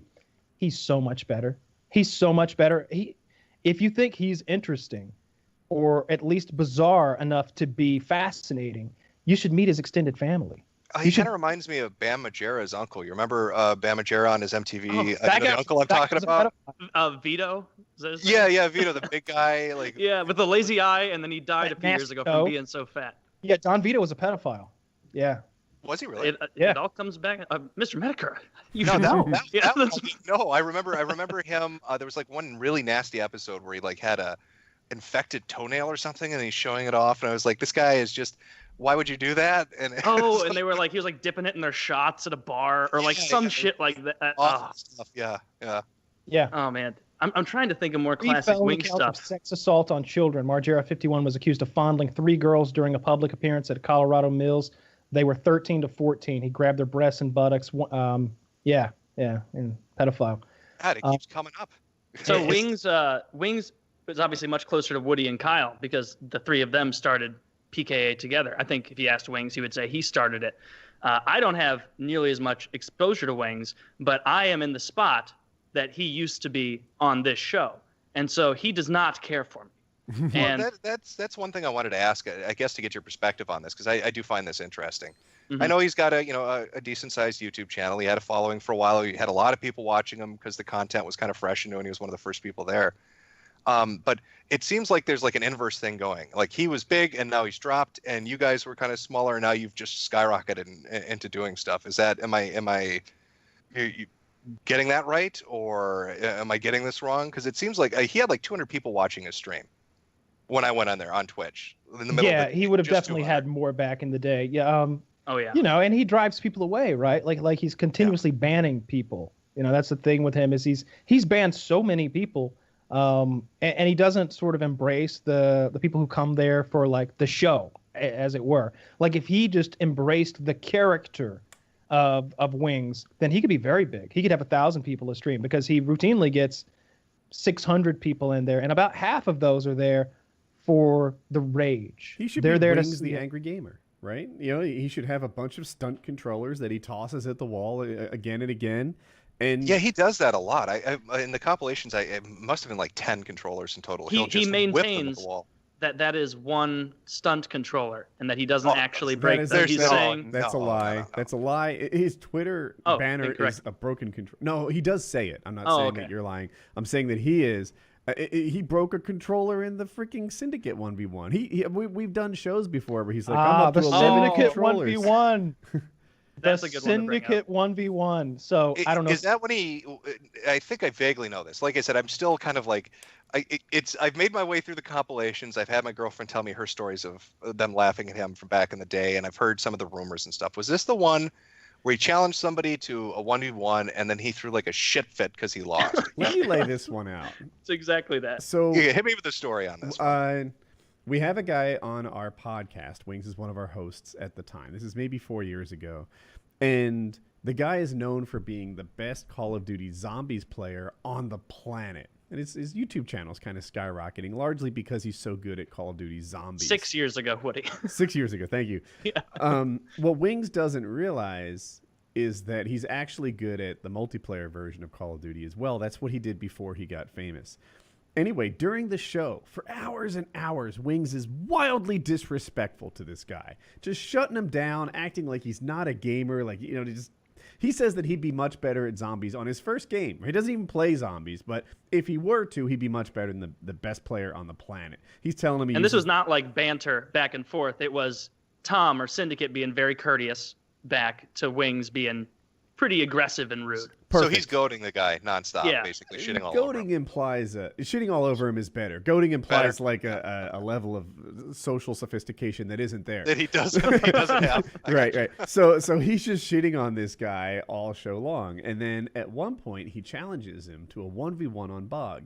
Now, a thing you need to know about Wings is his style of gameplay. He's actually very, very good at these across the map sort of accuracy based thing, where we're both behind cover, we both have 2 or 3 pixels to aim at. That is Wings' cup of tea. That's what he's strong at. So he sets the rules up and he says, we have to use M16. It has to be on Bog. It has to be, he lays it all out there so it's to his advantage. I'm host, which is another big thing, because I'm in North Carolina, Wings of Redemption's in South Carolina, and Syndicate is in the UK. Right, so Syndicate has all this lag and trouble to deal with, whereas Wings is next to host practically. Right, he's a couple hundred miles from me. It goes on. Wings loses, And to get into the details of it, he gets behind, which means that he has to start taking some risks, to catch up. And that just leads to being further behind. And eventually, he throws the controller, rages, and blames me for streaming it. As if it were a surprise. I mean, we all agreed they were going to stream 1v1. It was like there's thousands of people watching. Well, he goes ballistic. And he asks if we can turn off the...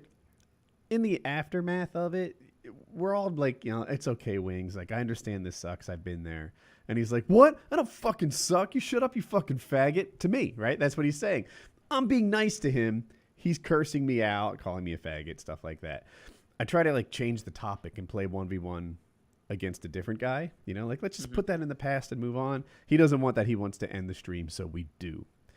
After the stream ends, he's continually threatening this guy. He says he's going to break his teeth out with a mag light, that if he was there, he would kill him. And he goes nuts on it. And Tom, on the other hand, is also known as Syndicate, is just being cool about the whole thing. Look, man, you win some, you lose some. Don't make too big a deal out of it. Why is he getting so... I guess this would be my mindset. You said this guy's really good, top of the rank, right? At zombies. Zombies, yeah. But I mean, so he just the game in general, then he would be proficient at, I would imagine. So sure, yeah.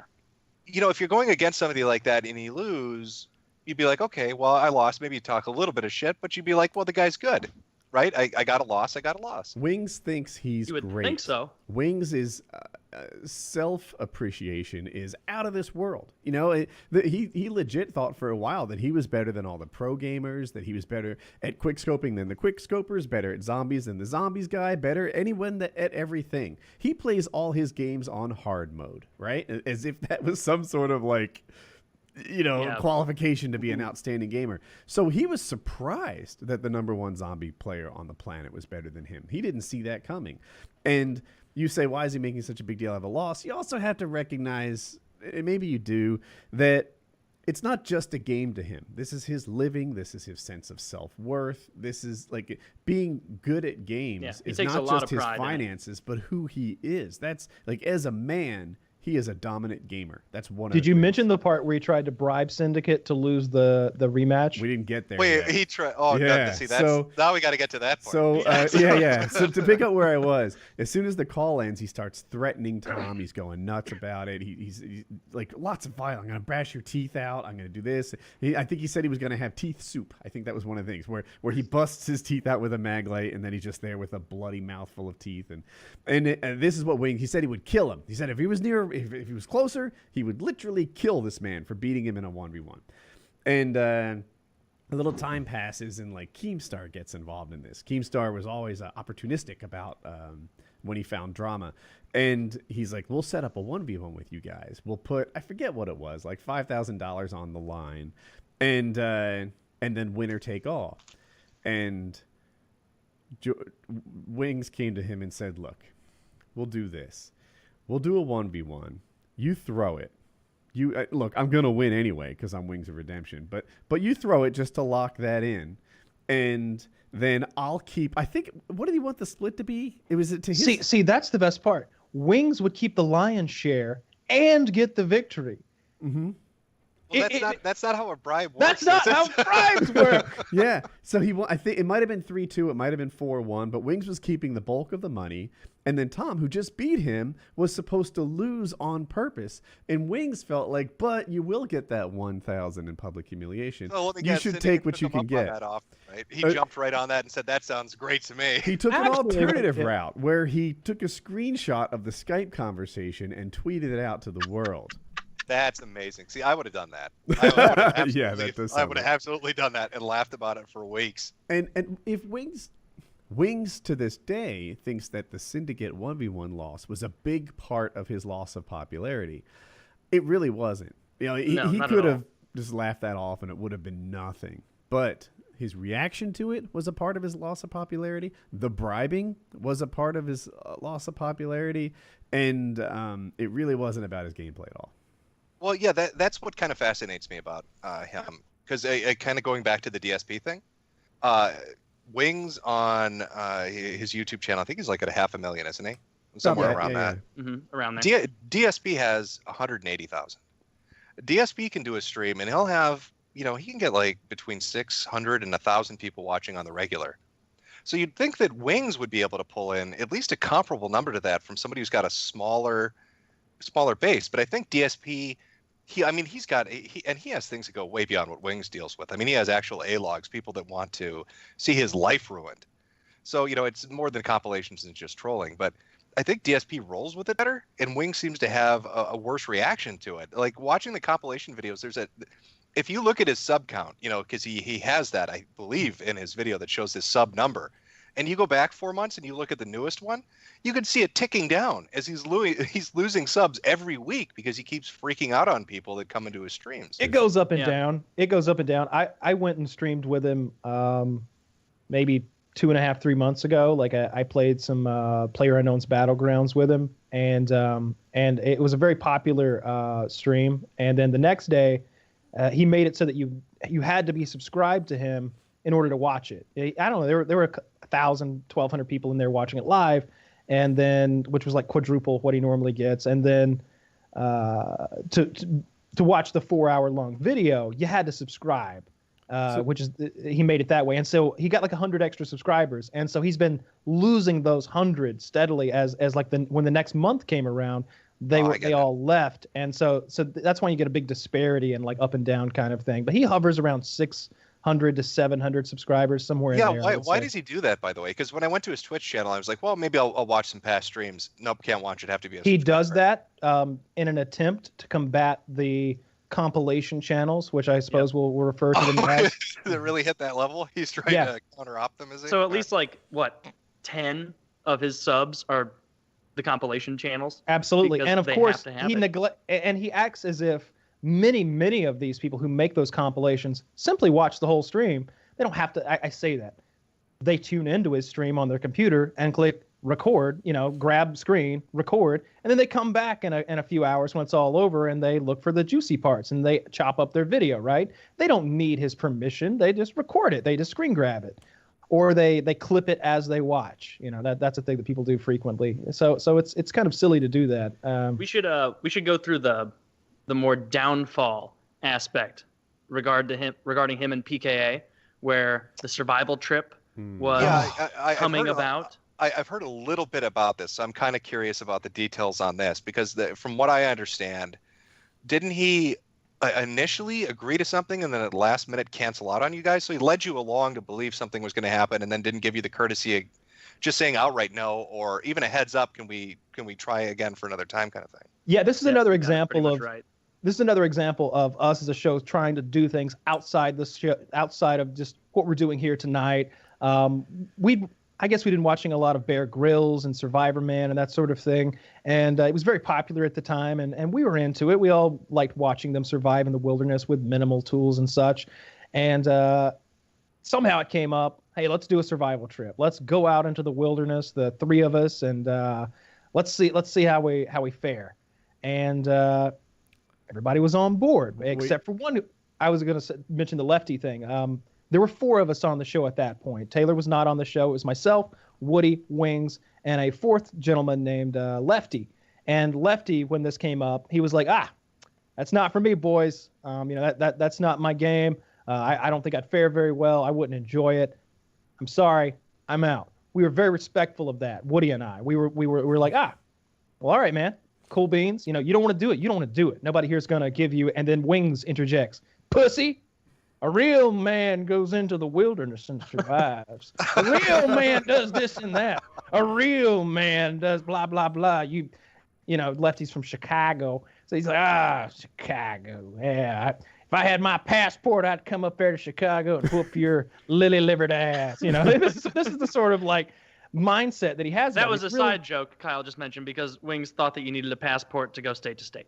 Oh, wait, no, really? Yes. Yeah. Oh, he really is a fucking introvert. And so, we were like, he threw Lefty really under the bus there because Lefty didn't want to do this thing. Privately, I would have liked Lefty to come on the show, of course. Four people on a trip is better than 3. 5 is even better, but 3 is acceptable, I suppose. So planning begins. Lots of planning. We're looking at satellite images of potential locations. We settle on this place called the Uwharrie National Wilderness Forest in North Carolina. It's a true wilderness. It's I think it's a federal park or a state park, something like that.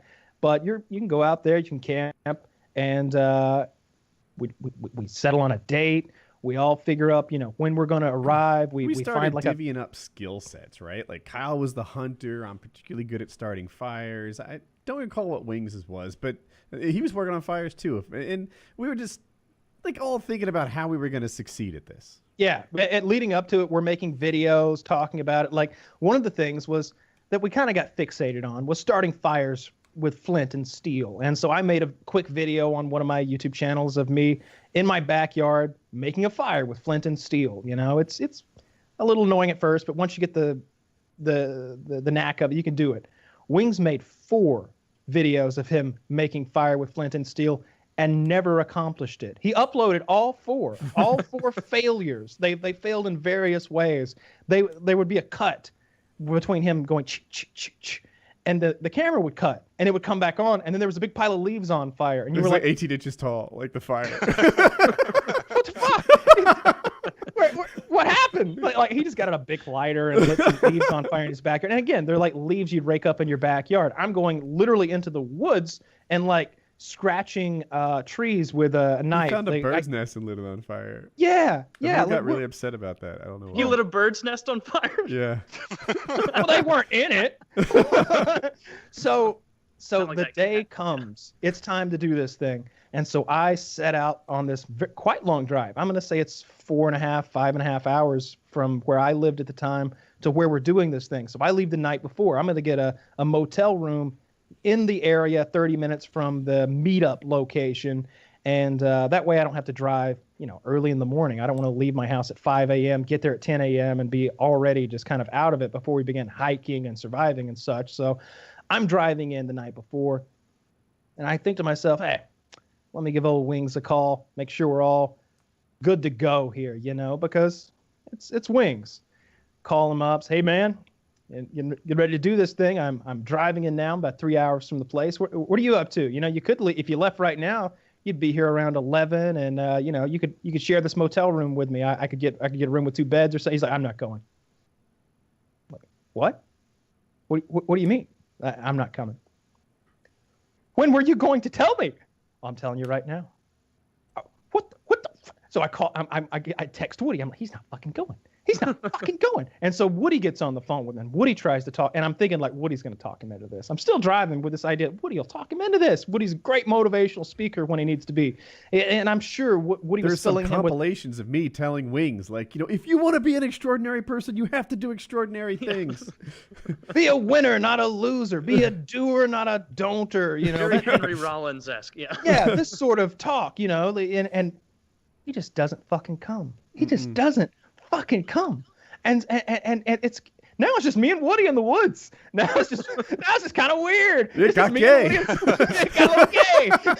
It's like I hope nobody sees me and this 40-year-old man just driving off practically into the dark. A pedophile with Kyle. Yeah. So it really took the wind out of our sails, and I ended up getting violently ill, like on the first night of the survival trip. I think from some tainted tap water. But in any case, like no, it's because you weren't very good at swimming through that stream and you swallowed stream water. That's my theory. That's exactly what I did. Yeah, I drank some river water, and I think that's what I was vomiting like for hours. Swimming all over that river like it was nothing. Like, I see a frog out there yonder. I'll go get it.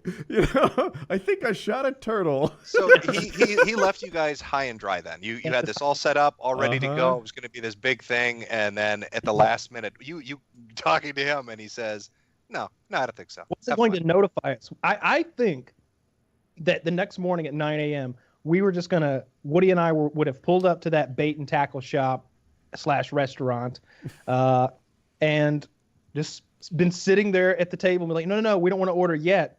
Our friend's coming. And like 10 minutes, 20 minutes, an hour would have gone by. I'm like, no, we're hungry, but it's lunch now. Well... We'll wait for our friend. And he just never would have fucking shown. I don't think he was ever going to notify us that he wasn't fucking coming if I hadn't called him and asked. It was absurd. It was absurd, and it made me so goddamn mad. Yeah, I'd have been pissed. It made me so goddamn mad that I went on our subreddit and I was like, I've been pushed to the edge. You know, I'm typing this message. I've been pushed to the edge. No I can't take it anymore. Play like a no champion. Excuses. Play like a champion. You know, like rule number 34. No excuses. Play like a champion, which is from that movie Wedding Crashers. You know, they got rules for wedding crashing. Mm-hmm. And I can't believe this. He's not coming. He has no excuse. He has no reasoning. He's just literally afraid of the woods and doesn't want to come. And Exhibit A in the, like, at his core, like, bravery is just not an attribute that he has. And so that was the downfall of Wings on the show. That was the straw that broke the camel's back, I believe. Like, he was also showing up late for shows, right? Like we scheduled different ones. I think for Kyle, bailing on this survival trip was a really big offense. It was. For me, I didn't like it, but I could almost take it or leave it. It was like, all right, Wings isn't here. The survival trip, I felt like just got a little easier. I didn't expect him to pull his weight. Funny. I expected, well, true, for sure. Yeah. No, I wish he was there, but there was at least a little part of me that was like, but well, now I don't have to find like 1.5 persons worth of food, you know, like me and a half. And you would have, you know, I sort of thought we were going to, like he was going to do less than his share. So it wasn't like a big criminal offense to me. I had harbored other things. Like remember the guy we talked about who said he was going to anally rape my wife and daughter and compared my son to shit? Wings gave him money. Is this the okay, let me read this out before you go into the story. Maybe you can tell me if this is accurate or not. Because like I said, there's information posted everywhere and I don't know what's real or not. And this was, I believe, from 2014 or 2015. Earlier this year, it was revealed that he worked as a double agent, helping a YouTube troll attack a 10-year-old autistic son of one of his friends. Is that talking about you? That sounds like it. Yeah. Yeah, that's it. Yeah. That's it. Yeah. So this guy, the one that, you know, challenged me to fight him and we organized it. He also would he'd be like, give me money. I want to go to Europe, or I want to do this, or I want a car. I don't know what he wanted money for. And Wings donated to him.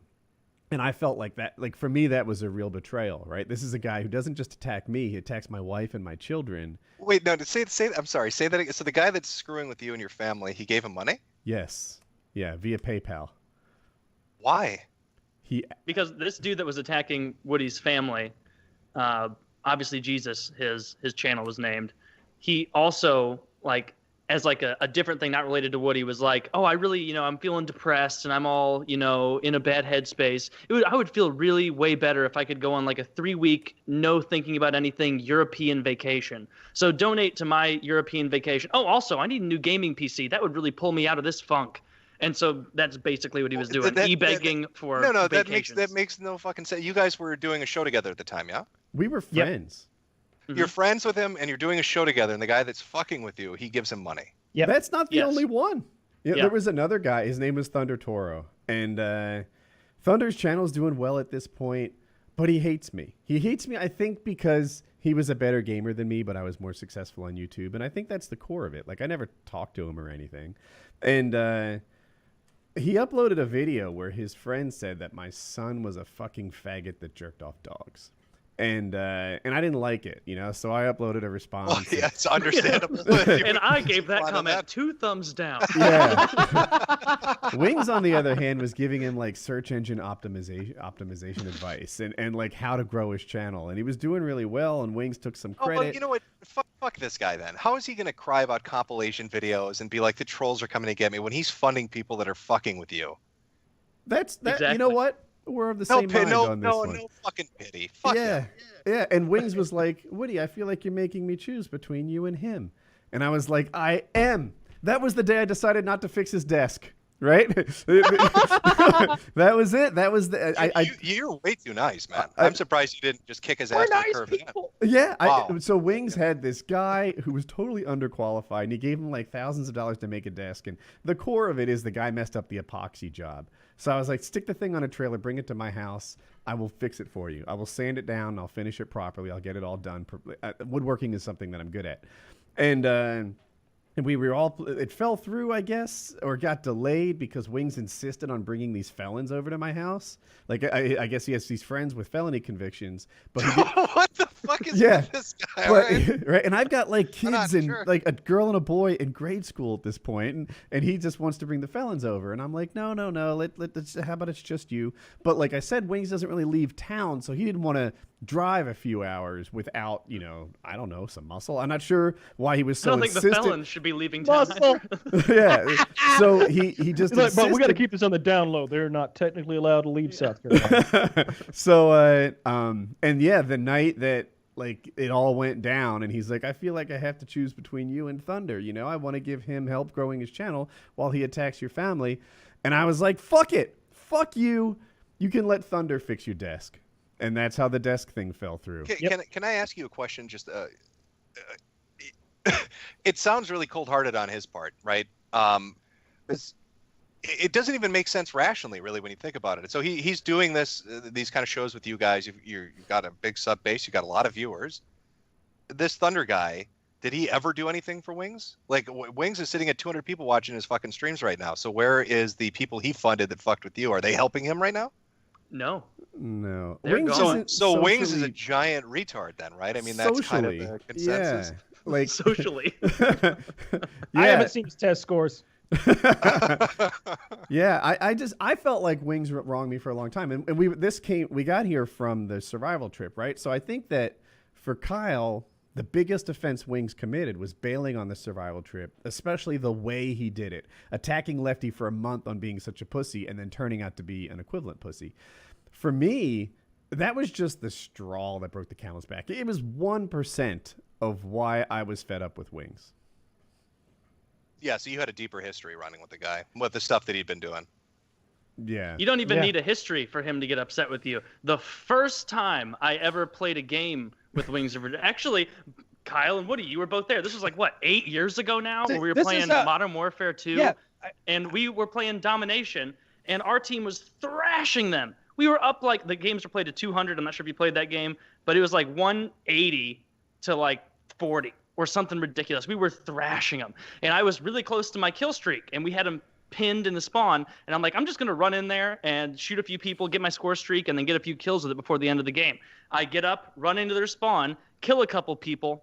Someone spawns behind Wings, who's in his general tactic, camping behind something, like head glitching out and getting pop, pop, pop, pop, pop, and he gets shot from behind, and he starts screaming like, who the fuck ruined the spawn trap? Who the fuck is Mercadurka? Who the fuck is Mercadurka? Just screaming. And at this point, like, I'm like, I don't know these guys well enough. Like, I know Kyle and Woody. Like, I feel like they'll back me up. And then, of course, at the time, Wings was the biggest channel of all of us. And so everybody was kind of giving their respects of like, yeah, that was Taylor. He shouldn't have done that. And I was like, I'm sorry, man. I didn't mean anything by it. He's like, well, you fucked it up.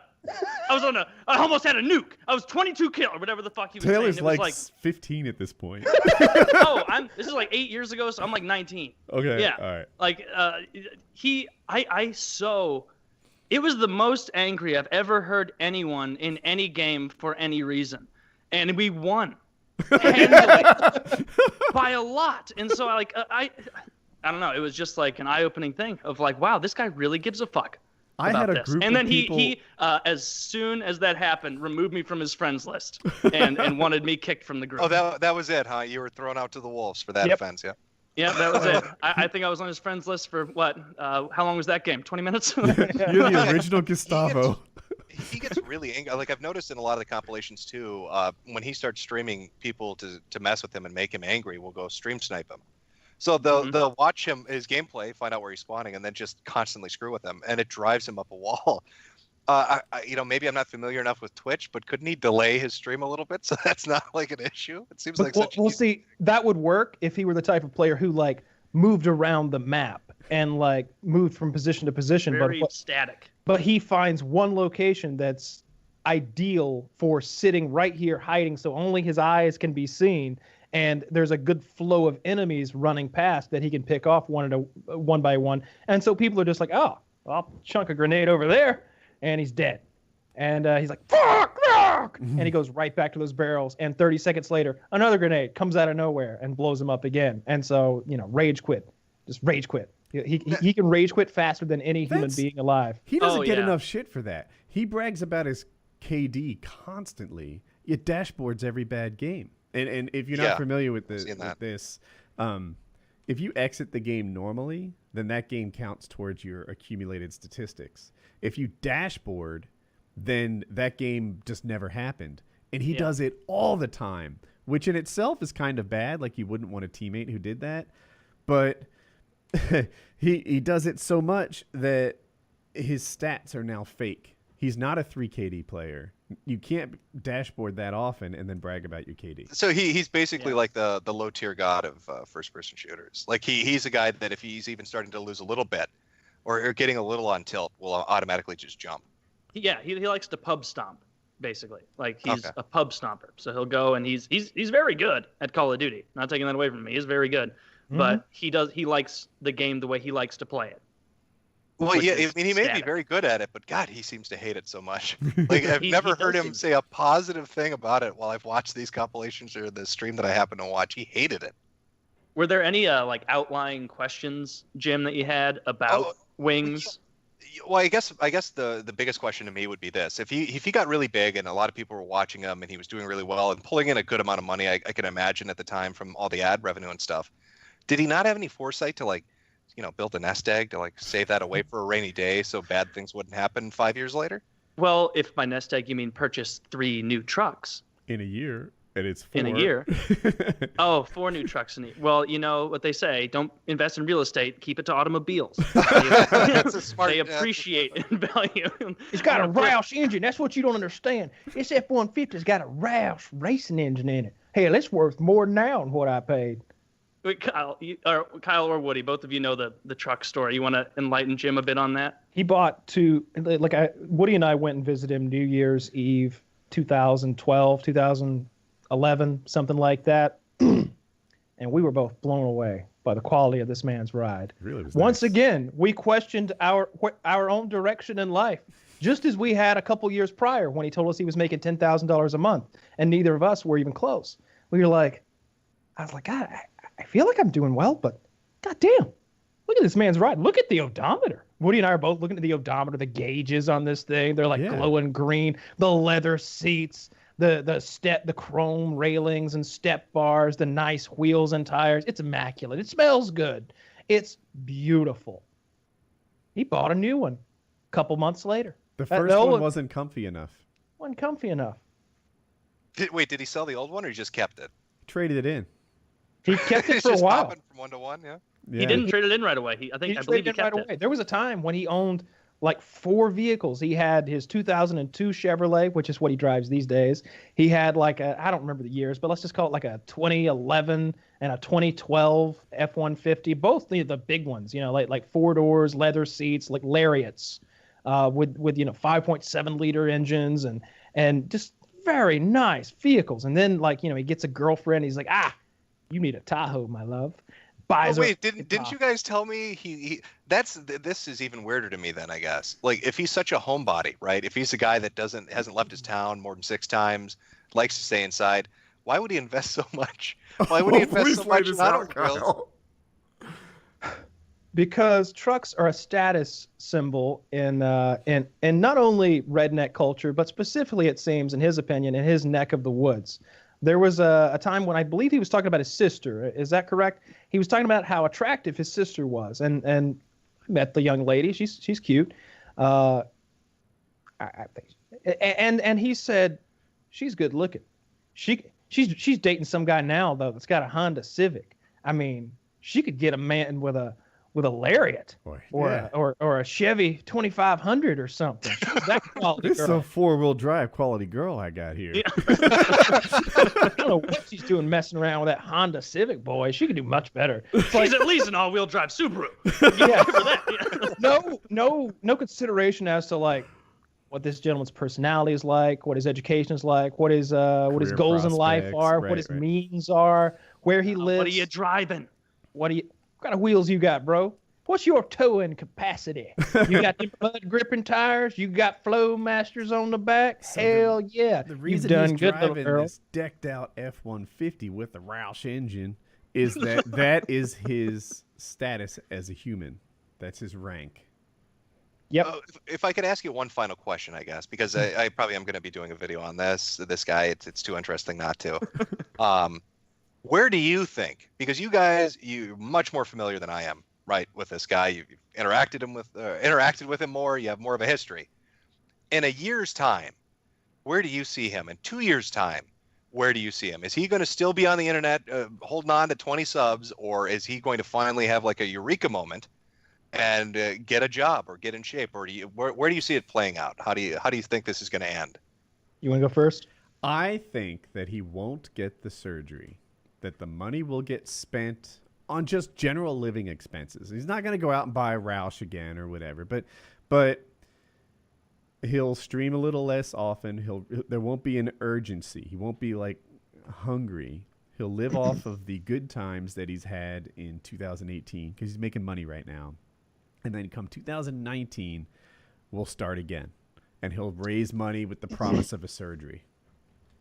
His fallback plan has long been to go on to disability if he can get it.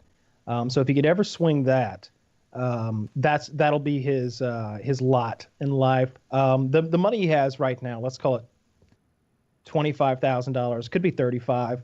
There's a couple of things he could spend that money on. He owes roughly that on his modular home. And by his modular home, I mean his mother's modular home, that they have an agreement with one or another that whenever he pays it off, she'll sign it over to him. Although she's broken that agreement once before when he paid it off. So is modular home what you're supposed to call double wides? It's what he calls a double wide. Okay. It's a very fancy name for it. It's very modular. Yeah. It's like a couch that you can move around in your living room, right? Modular? No. Yeah, like a sectional that you can disassemble. Yeah. Oh, well, wait.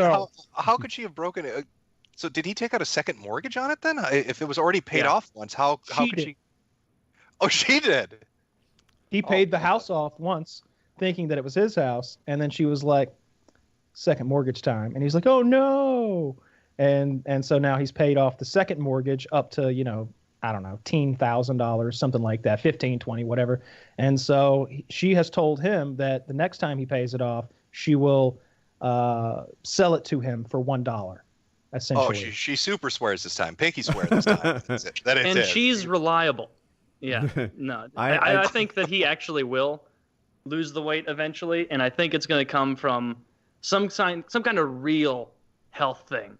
Like not like going to the doctor and them saying, "Oh, your heart's a little fucked up" or whatever. Like it's something big is going to happen because you can't age at that weight and continue to gain weight until shit gets real eventually. Like I feel like a heart attack or something like that is going to happen, and that'll actually scare the shit out of him and be like, "I don't want to die." Like, yeah, like this sucks doing Twitch and getting made fun of or whatever and not capitalizing on the many opportunities I've been handed, but I don't want to die. And so, I don't think he'll ever be a fucking triathlete. But I think at some point a big enough scare is going to get him that he will start declining in weight. But who knows about what that will mean for his actual life, if he gets a real job, if he does what. Well, yeah, I'm probably going to have a video out more than likely by the end of the month or the first week of next month on this. I will put a little, I don't know, maybe like a little poll as a pinned comment so people can come back a year from the video's release, just to see if the speculation on where his lot in life would be ends up being close to what it actually is. Because, again, I don't know him, but I don't think he's ever going to get the surgery. I think he's just going to get angrier and angrier, and the sub count's going to keep dropping.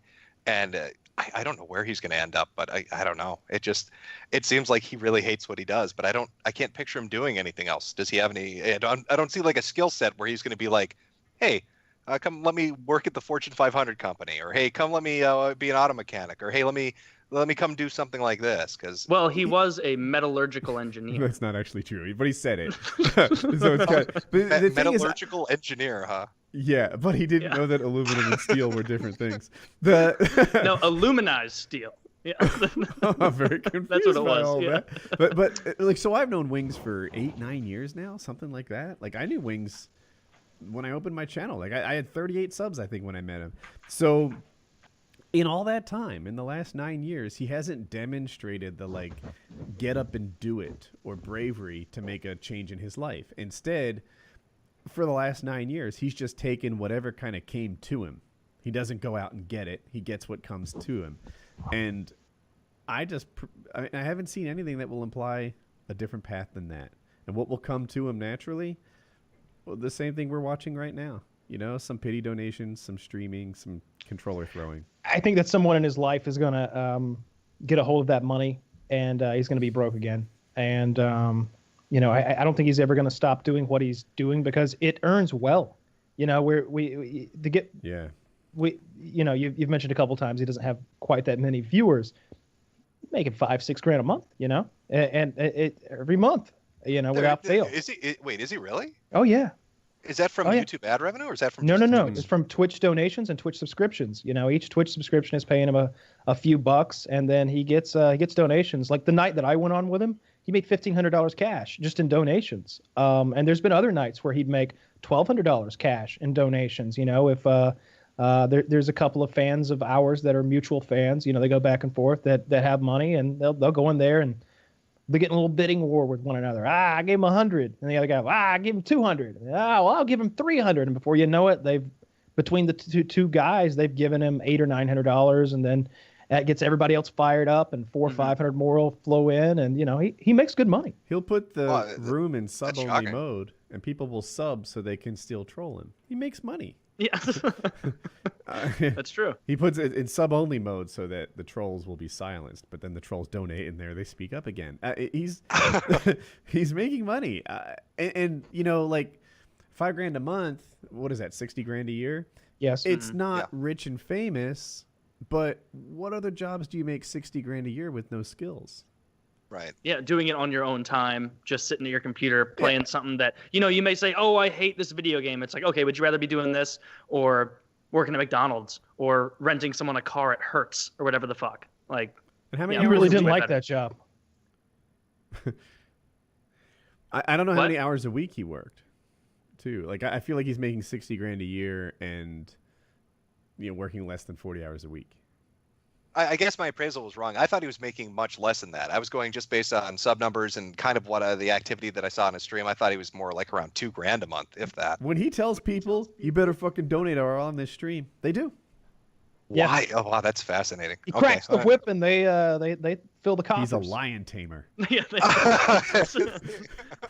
I like how there's no consideration for his loyal viewers, like in the way he handles the stream, in that someone will write, "You're doing great tonight, Wings. You know, $10 from, you know, whoever 69," and then 2 minutes later he'll be like, "Oh man, that guy made you look awful. He totally outmaneuvered you or whatever the fuck. Like, ban that guy forever and ever. If you question my gaming ability, ban." What was the quote he said? "If you question my gaming ability, mods ban him. Anyone who questions my gaming skill, ban them." Isn't that great? Like, no, it's not a way that you foster a fun environment of people who want to pay you money. Right. It's the way you piss people off. Who are we to tell him how to make money streaming, right? I got a 1099 from Twitch. I made $23 last year. You know? Damn! I should be asking him for help. Yeah, I still get my machinima checks. I haven't uploaded anything since 2013, and it's like, for a while I was hoping like, just to get below $400 so I don't have to like talk about this on my taxes, you know, because if it's any more than 400, at least anyway. In Missouri it is, but okay. Yeah. So I have another question about your corner of the internet, sure. Jim. If I'm trying to get up to speed on all this blood sports shit and the fun streams, because it does have kind of like a more argumentative O&A vibe to it, where it's just, you know, making fun of each other, which we're all fans of that show. We like it a lot. You know, I think it's influenced a lot of online shows. Where do I start? Because it seems like there's fucking 500 channels doing it and so many characters, quote unquote, to follow. Like, where should I go? Well, I mean, if you're looking for more like the O&A vibe, like a kind of a Jocktober thing, I'd say go with Morning Kumite, which is pretty good. I mean, he does it, you know, morning from like maybe 10 to noon to 1 o'clock, somewhere in there. So it's about a 3-hour chunk, 5 days a week.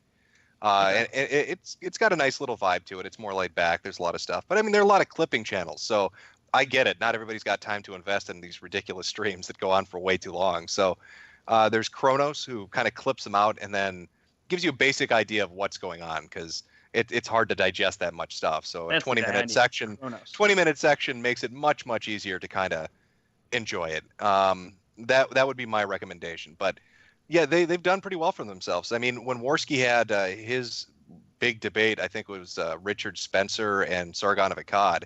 I think he made, going on super chats, probably around $10,000 to $15,000 that night. Like, I mean, Jesus Christ. there's an audience for that crap. Even the Morning Kumite, it's pulling like 2,000 or 3,000 viewers, and I'd say maybe they're making 20 to 30,000. So I'm expecting more of these to kind of pop up because people like Jerry Springer, and then the people that host this stuff like making money. So it's kind of like a perfect combination. I just want a nice shit show to watch. I just want to watch people scream at each other, and I'm happy. I'm content with that. So, I'd recommend Morning Kumite, or I'd recommend Chronos if you want the small clips. Do you ever do videos? Maybe you have. I haven't seen them. Where you actually get into your real beliefs on shit, or are you pretty staunchly in the I just want to watch a shit show and laugh at idiots camp? I have on a few beliefs. I don't like kind of like the sanitization, I guess you could say, online that we kind of see play out everywhere, where it seems to get more and more restrictive on what you can say and how you can interact. Terms of service get upgraded. I mean, look at YouTube. Content creators here are kind of walking on eggshells when they make certain videos at this point. I mean, Twitch has gotten to the point where I know certain streamers are scared to have a Twitter account anymore, or a Facebook account, because something they say there can get them banned on Twitch now. So I'm against that. I don't like that. And obviously I don't like pedophiles. I think is a safe one to say. I don't think anybody else is going to really sticking your neck out there. Really stick my neck out there. But I mostly use the internet for what I always have used it for, which is just laughing at dumb shit and trying to get some entertainment. That's about it.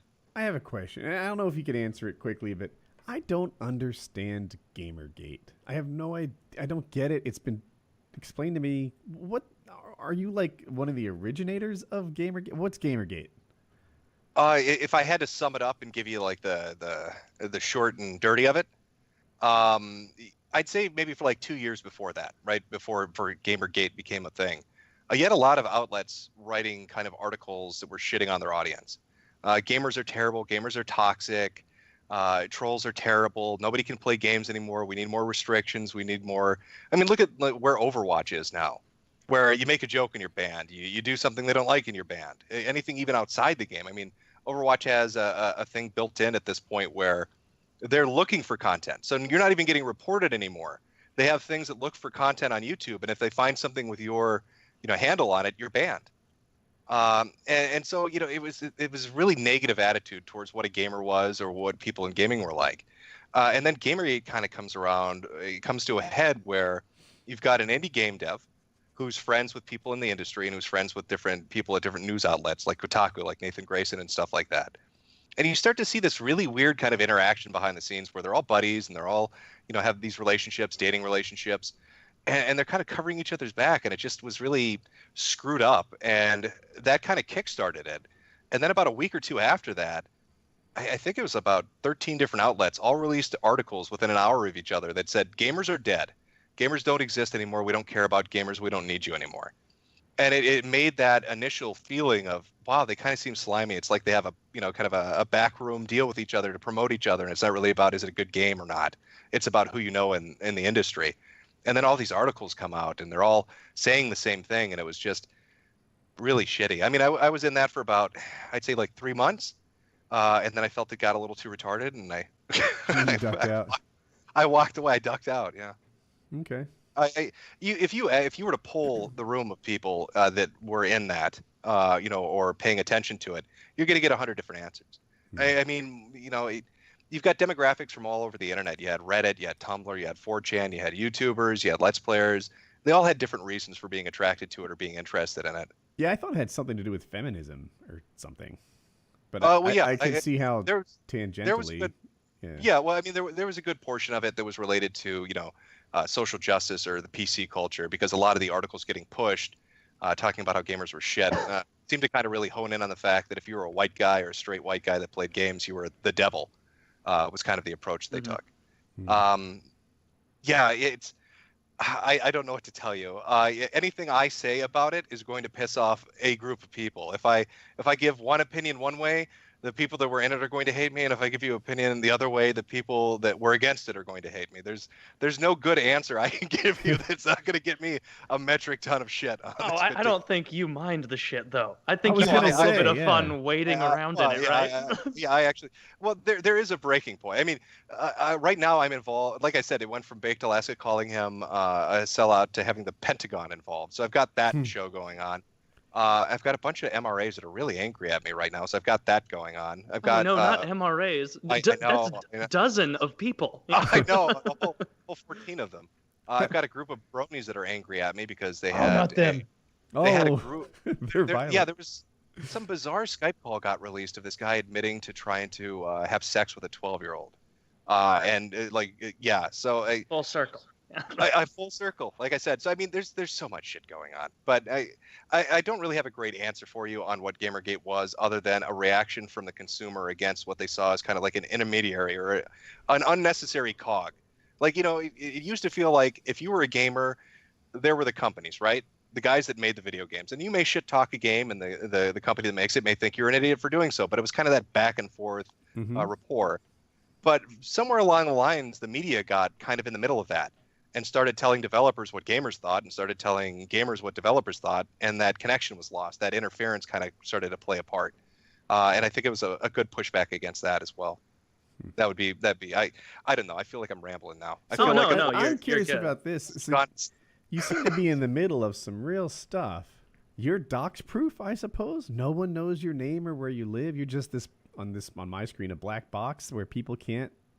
Well, thanks for putting the bullseye on me. Yeah, that's nice. Every time you say something like you're dox proof, it's basically, hey, come fuck with this guy. Oh, dude, you don't want to say it like that. If you, one thing I've learned, and Anthony. So tell me, Jim, you were saying earlier that you're completely untouchable. And nobody that you're an invincible god of the internet. If you make an audience out of like poking at people, the audience will poke at you. Expect that. Oh my God, yeah. Right? Oh, no, Anthony Cunha is like, it's shocking. All the people that watch us are terrible fans. And it's like, right, you're looking in the mirror, and so are we. Like, our fan base pokes at me every day, and it's for the memes. It's what you get. That's where you are. Yeah, you don't want to play with fire if you're afraid of getting burned, obviously. I mean, yeah, I know what I'm appealing to, and I know the kind of content I like to make.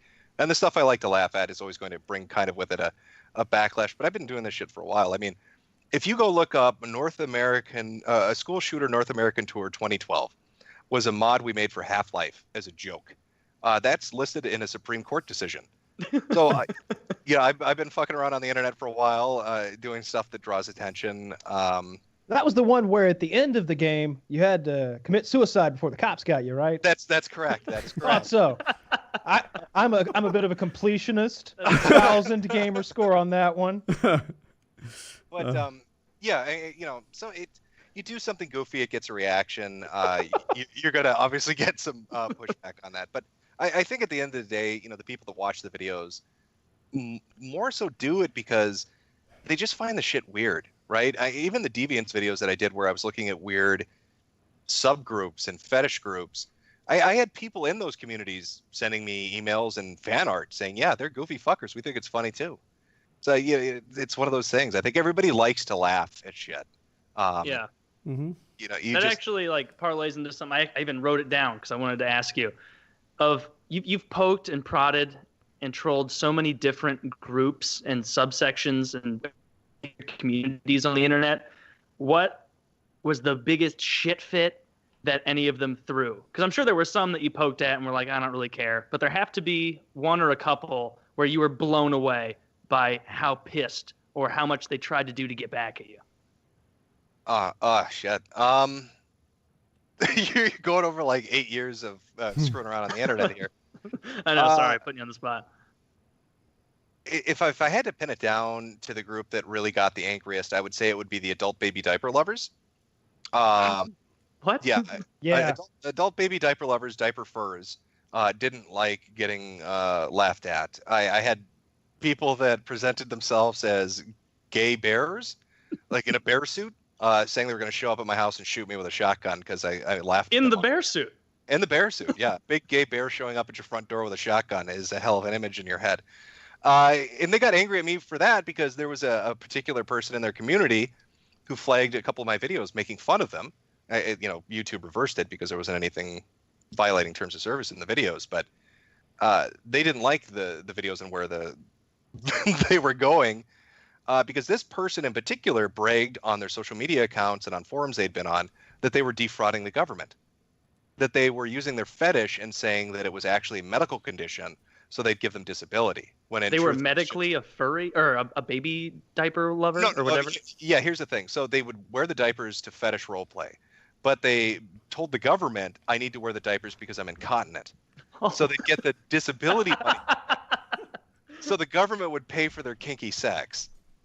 And I found the evidence of that, and they were very upset about that. So that I think is what sparked the community to get angry. Howard Stern did a whole thing on the adult baby diaper wearing people. I guess they have conventions, where I'm not exaggerating. They fill up these halls with like-minded individuals, and I think there are two sides to the coin. There are the daddies and the babies, right? So, or at least in the one that I was looking, the particular thing that they were looking into, what the fetish was that you had a grown man who was the baby, and he would be in a diaper, and you had a grown man who was the daddy, and he would be changing the diaper. And there were two variants, even still, of the babies. There were those who pooped in the diapers and those who only peed in the diapers. And their fantasies were fuck? Yeah, and they had different Right. They had different role play going on. Some of the gentlemen who would play the baby role would take on the role of a toddler, like a 3-year-old. And they had a mental idea of what they were. They were questioned by a Howard Stern staffer, like, well, how old are you in make-believe terms? And like, well, sometimes I'm like 8 months old and I can't even talk. I can't even tell him what I want. But sometimes I'm like a 4-year-old, so I can kind of talk to him in baby garble and tell him what I want him to do. And if I'm naughty, he'll make me sit in my poopy diaper. And they're just going back and forth with all this madness. It's hilarious because one of the Howard Stern staffers is there with a microphone asking the hard-hitting questions of these baby diaper aficionados. It's fucking great. And then of course the cloppers, the people who were into I think they're similar to bronies, cloppers. Yeah, the My Little Pony people, yeah. Okay. Cloppers are like My Little Pony people who sexualize it, I believe. Yeah. Although there's different subsects of each of these groups. It's not weird enough that you're really into this little girl's cartoon. You have to want to fuck the pony too. Yes, they sexualize the ponies, and I gotta say, this is why we need fathers in the home. And not fathers wearing diapers, preferably. Yeah, it's disturbing. I remember Wait, the first Kyle, time. real quick, can I ask? The diaper thing, Jim probably knows too. Is the fetish for them that they enjoy sitting in their own poop and whatnot and being treated like a baby, or are they like being stripped down, baby wiped off, and then being fucked as they're role playing? Like it's twofold, I think. I mean, I think you have the people that just like the idea of being in a diaper and shitting themselves, but I think the majority would fall into the little category, which are the people that want to role play as a little baby or a toddler, and then sexualize it with their partner, which gets even weirder.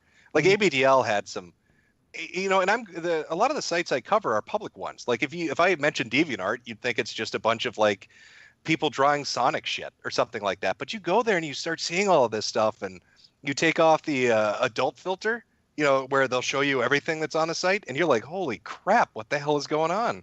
Yeah, I watched your Sonic video on DeviantArt, which, by the way, thank you for introducing me to DeviantArt. I knew what it was, but I'd never gone over there because I thought it was just people like posting like their cool wallpapers or something. Yeah. And so when I saw your DeviantArt series, and it was like, Sonic, what could be, weird about that? And then it's like Sonic wanting to be like fucked and then eaten by Tails or something like that. It was a little macabre, but it was like, God, I need to go poke around this site. And so I did, and I found Vor, which I'm sure you know what that is. Well, if you made one of those, I didn't see it. But there's so much of it. I mean, the thing that got me into the DeviantArt series was we're trying to find the most absurd stuff. And there's one guy, I think the username was Blueberry Bitches. And it's a guy that wants to have a bike pump shoved up his ass, and he paints himself purple because he wants to be a living blueberry. like like in Charlie and the Chocolate Factory. Yes, yeah. Oh, there's so much chocolate. You know, this is fucking little German fuck. And I was like, that's too good to pass up. So I did a video on that. And then I started looking at the other stuff, and I was like, yeah, there's a lot of material to work with here for this particular community. Oh, I think I saw that one too. So I've been binging your videos. Is that the one where like it's like those really like semi-erotic videos of like a woman like standing in a garage and suddenly like her hands explode into wheels and she's like, what's happening to me? And she just like turns into a VW Bug or some shit. Like, yeah, and then like some other dude will walk in and like fuck her in the tailpipe. Maybe I made that part up. Yeah, the transformation videos. Yeah, there's some really weird shit on the website. And that's the thing. I mean, DeviantArt's been like that forever. We used to do articles about it back in 2012, 2013 for DeviantArt Coalition for Quality Control, laughing at it. I mean, it's consistently weird. Where do we draw the line? And this is a serious question to the group here. Where did we draw the line with accepting these fetishes? But all right, so we had Chiz, remind me, who was the furry guest we had? It was Your Movie Sucks, right? Or something like that. Yeah, his channel's called Your Movie Sucks. He does film reviews. He's a furry, a gay furry at that. I was okay. I was like, all right, cool.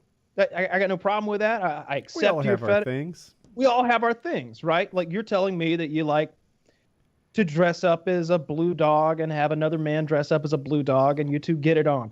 Nobody's getting hurt. I mean, unless they wanted to. And like, I mean, maybe the dry cleaner gets a little extra business, right? If somebody's got to clean those costumes off at the end of the day. Koreans love furries. Your fetish. It's not mine. But I can sort of understand it because, I like when girls wear lingerie, right? Like you're not that far off from that if you're dressing. Like I kind of like those dirty pictures on Reddit. Don't pretend like that's not super far off. What about when the girls have like the little like bunny ears on and they're like, ooh, ooh, ooh, like being all cutesy. And then like the rest of the bunny outfit. When they use the black lipstick and make the nose. Just me? It's just a little sexy. It's not like, you just kind of like nibble on your dick like it's one of those watering spigots. I just feed her carrots all day. No, like what I'm saying is like I'm accepting of that. I don't quite get it, but I'm fine with it. Like where do we draw the line though? Lead the way with what where you think the line is. Well, I've got to say like certainly when anyone like pedophilia is obviously a line that I think we can all agree upon because there's a participant there, if you can call the child that, who is either unwilling or unable to make the decision to be unwilling because of immaturity. So that's a clear line. But beyond that, I mean, we've all said that we think bestiality is okay as long as the animal is doing the fucking. Or big enough to refuse the fucking. Or if the animal is large enough to refuse said fucking. If you are fucking a chicken, wildly inappropriate, you should go to jail. That chicken can't escape. But if you are fucking a tiger or a moose or something on a moose on a step stool, whatever the fuck you'd have to do, like that moose at any point can go, I'm not feeling this, and kill you. So I think that's a risk you take. You show me the man who fucked a Bengal tiger in the pussy, and I want to shake his. I want to shake his hand. Yeah. That tiger, he must be pretty good. Are you familiar with Mr. Hands at all, by the way? The guy who got fucked to death by the horse. Like that's old internet. Yeah. So Mr. Hands was a dude that went to a farm because he wanted to get fucked by a stallion. But his buddies, I guess, didn't think it through. Nobody really thought, well, wait a minute, if it's like a 2-foot horse cock and, how far are your organs inside of you? So he got like everything torn apart. Yeah. And they didn't know what to do because this horse ranch catered to gay men getting fucked by horses. So they didn't want to call an ambulance. So they just dropped him off at the ER, rang the doorbell and took off, and he died from his injuries. Wait, did this guy have like a lightweight intestine? If there's a horse farm that caters to gay men getting fucked in the ass, was this guy just not good at getting fucked? Well, no, there's a video of this, by the way. Dude, but there's like, it's not just you're getting fucked by a horse cock. You're getting fucked by the power of a horse. Yeah. We've used them for centuries to tow and do things about a horsepower. Yeah, it's 1 horsepower of cock. It's actually 2, to be fair, but that doesn't matter. Okay, it's 2 horsepower of cock pummeling your asshole, and then your colon, and then your intestines, and then just the rest. I just feel like if there's a farm that caters to gay men getting fucked by horses, and one guy got hurt, What's with the one guy? He didn't bring Oh, lube? you don't think they had an OSHA representative there earlier in the day to go, hey, this cock isn't regulation. Apparently these other people are doing it and there isn't any trouble. What's different about this guy? Is he small? No, I can tell you. It's fucking sad that I know this, but I remember when this video was being passed around and the explanation that was offered for it.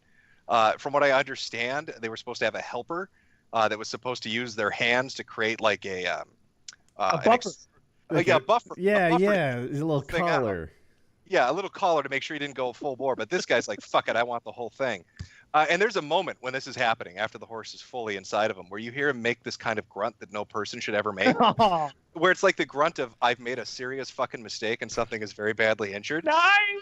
But nobody could get the horse off him because the horse is going full bore on it. So after the horse finished up, they carted him off the ER, dropped him at the door, and said, "Nice day to you, sir." Wow, they couldn't get the horse off him? Like he didn't respond to a slap on the ass? I don't know if you should be one of those riding whips. Well, remember, it's a gay horse because it's at the gay bar, fucking all these men. What if hitting him with that crop on either side just sped him up? I don't know if they had like a cowboy on hand to come tame him when he's fucking somebody hard.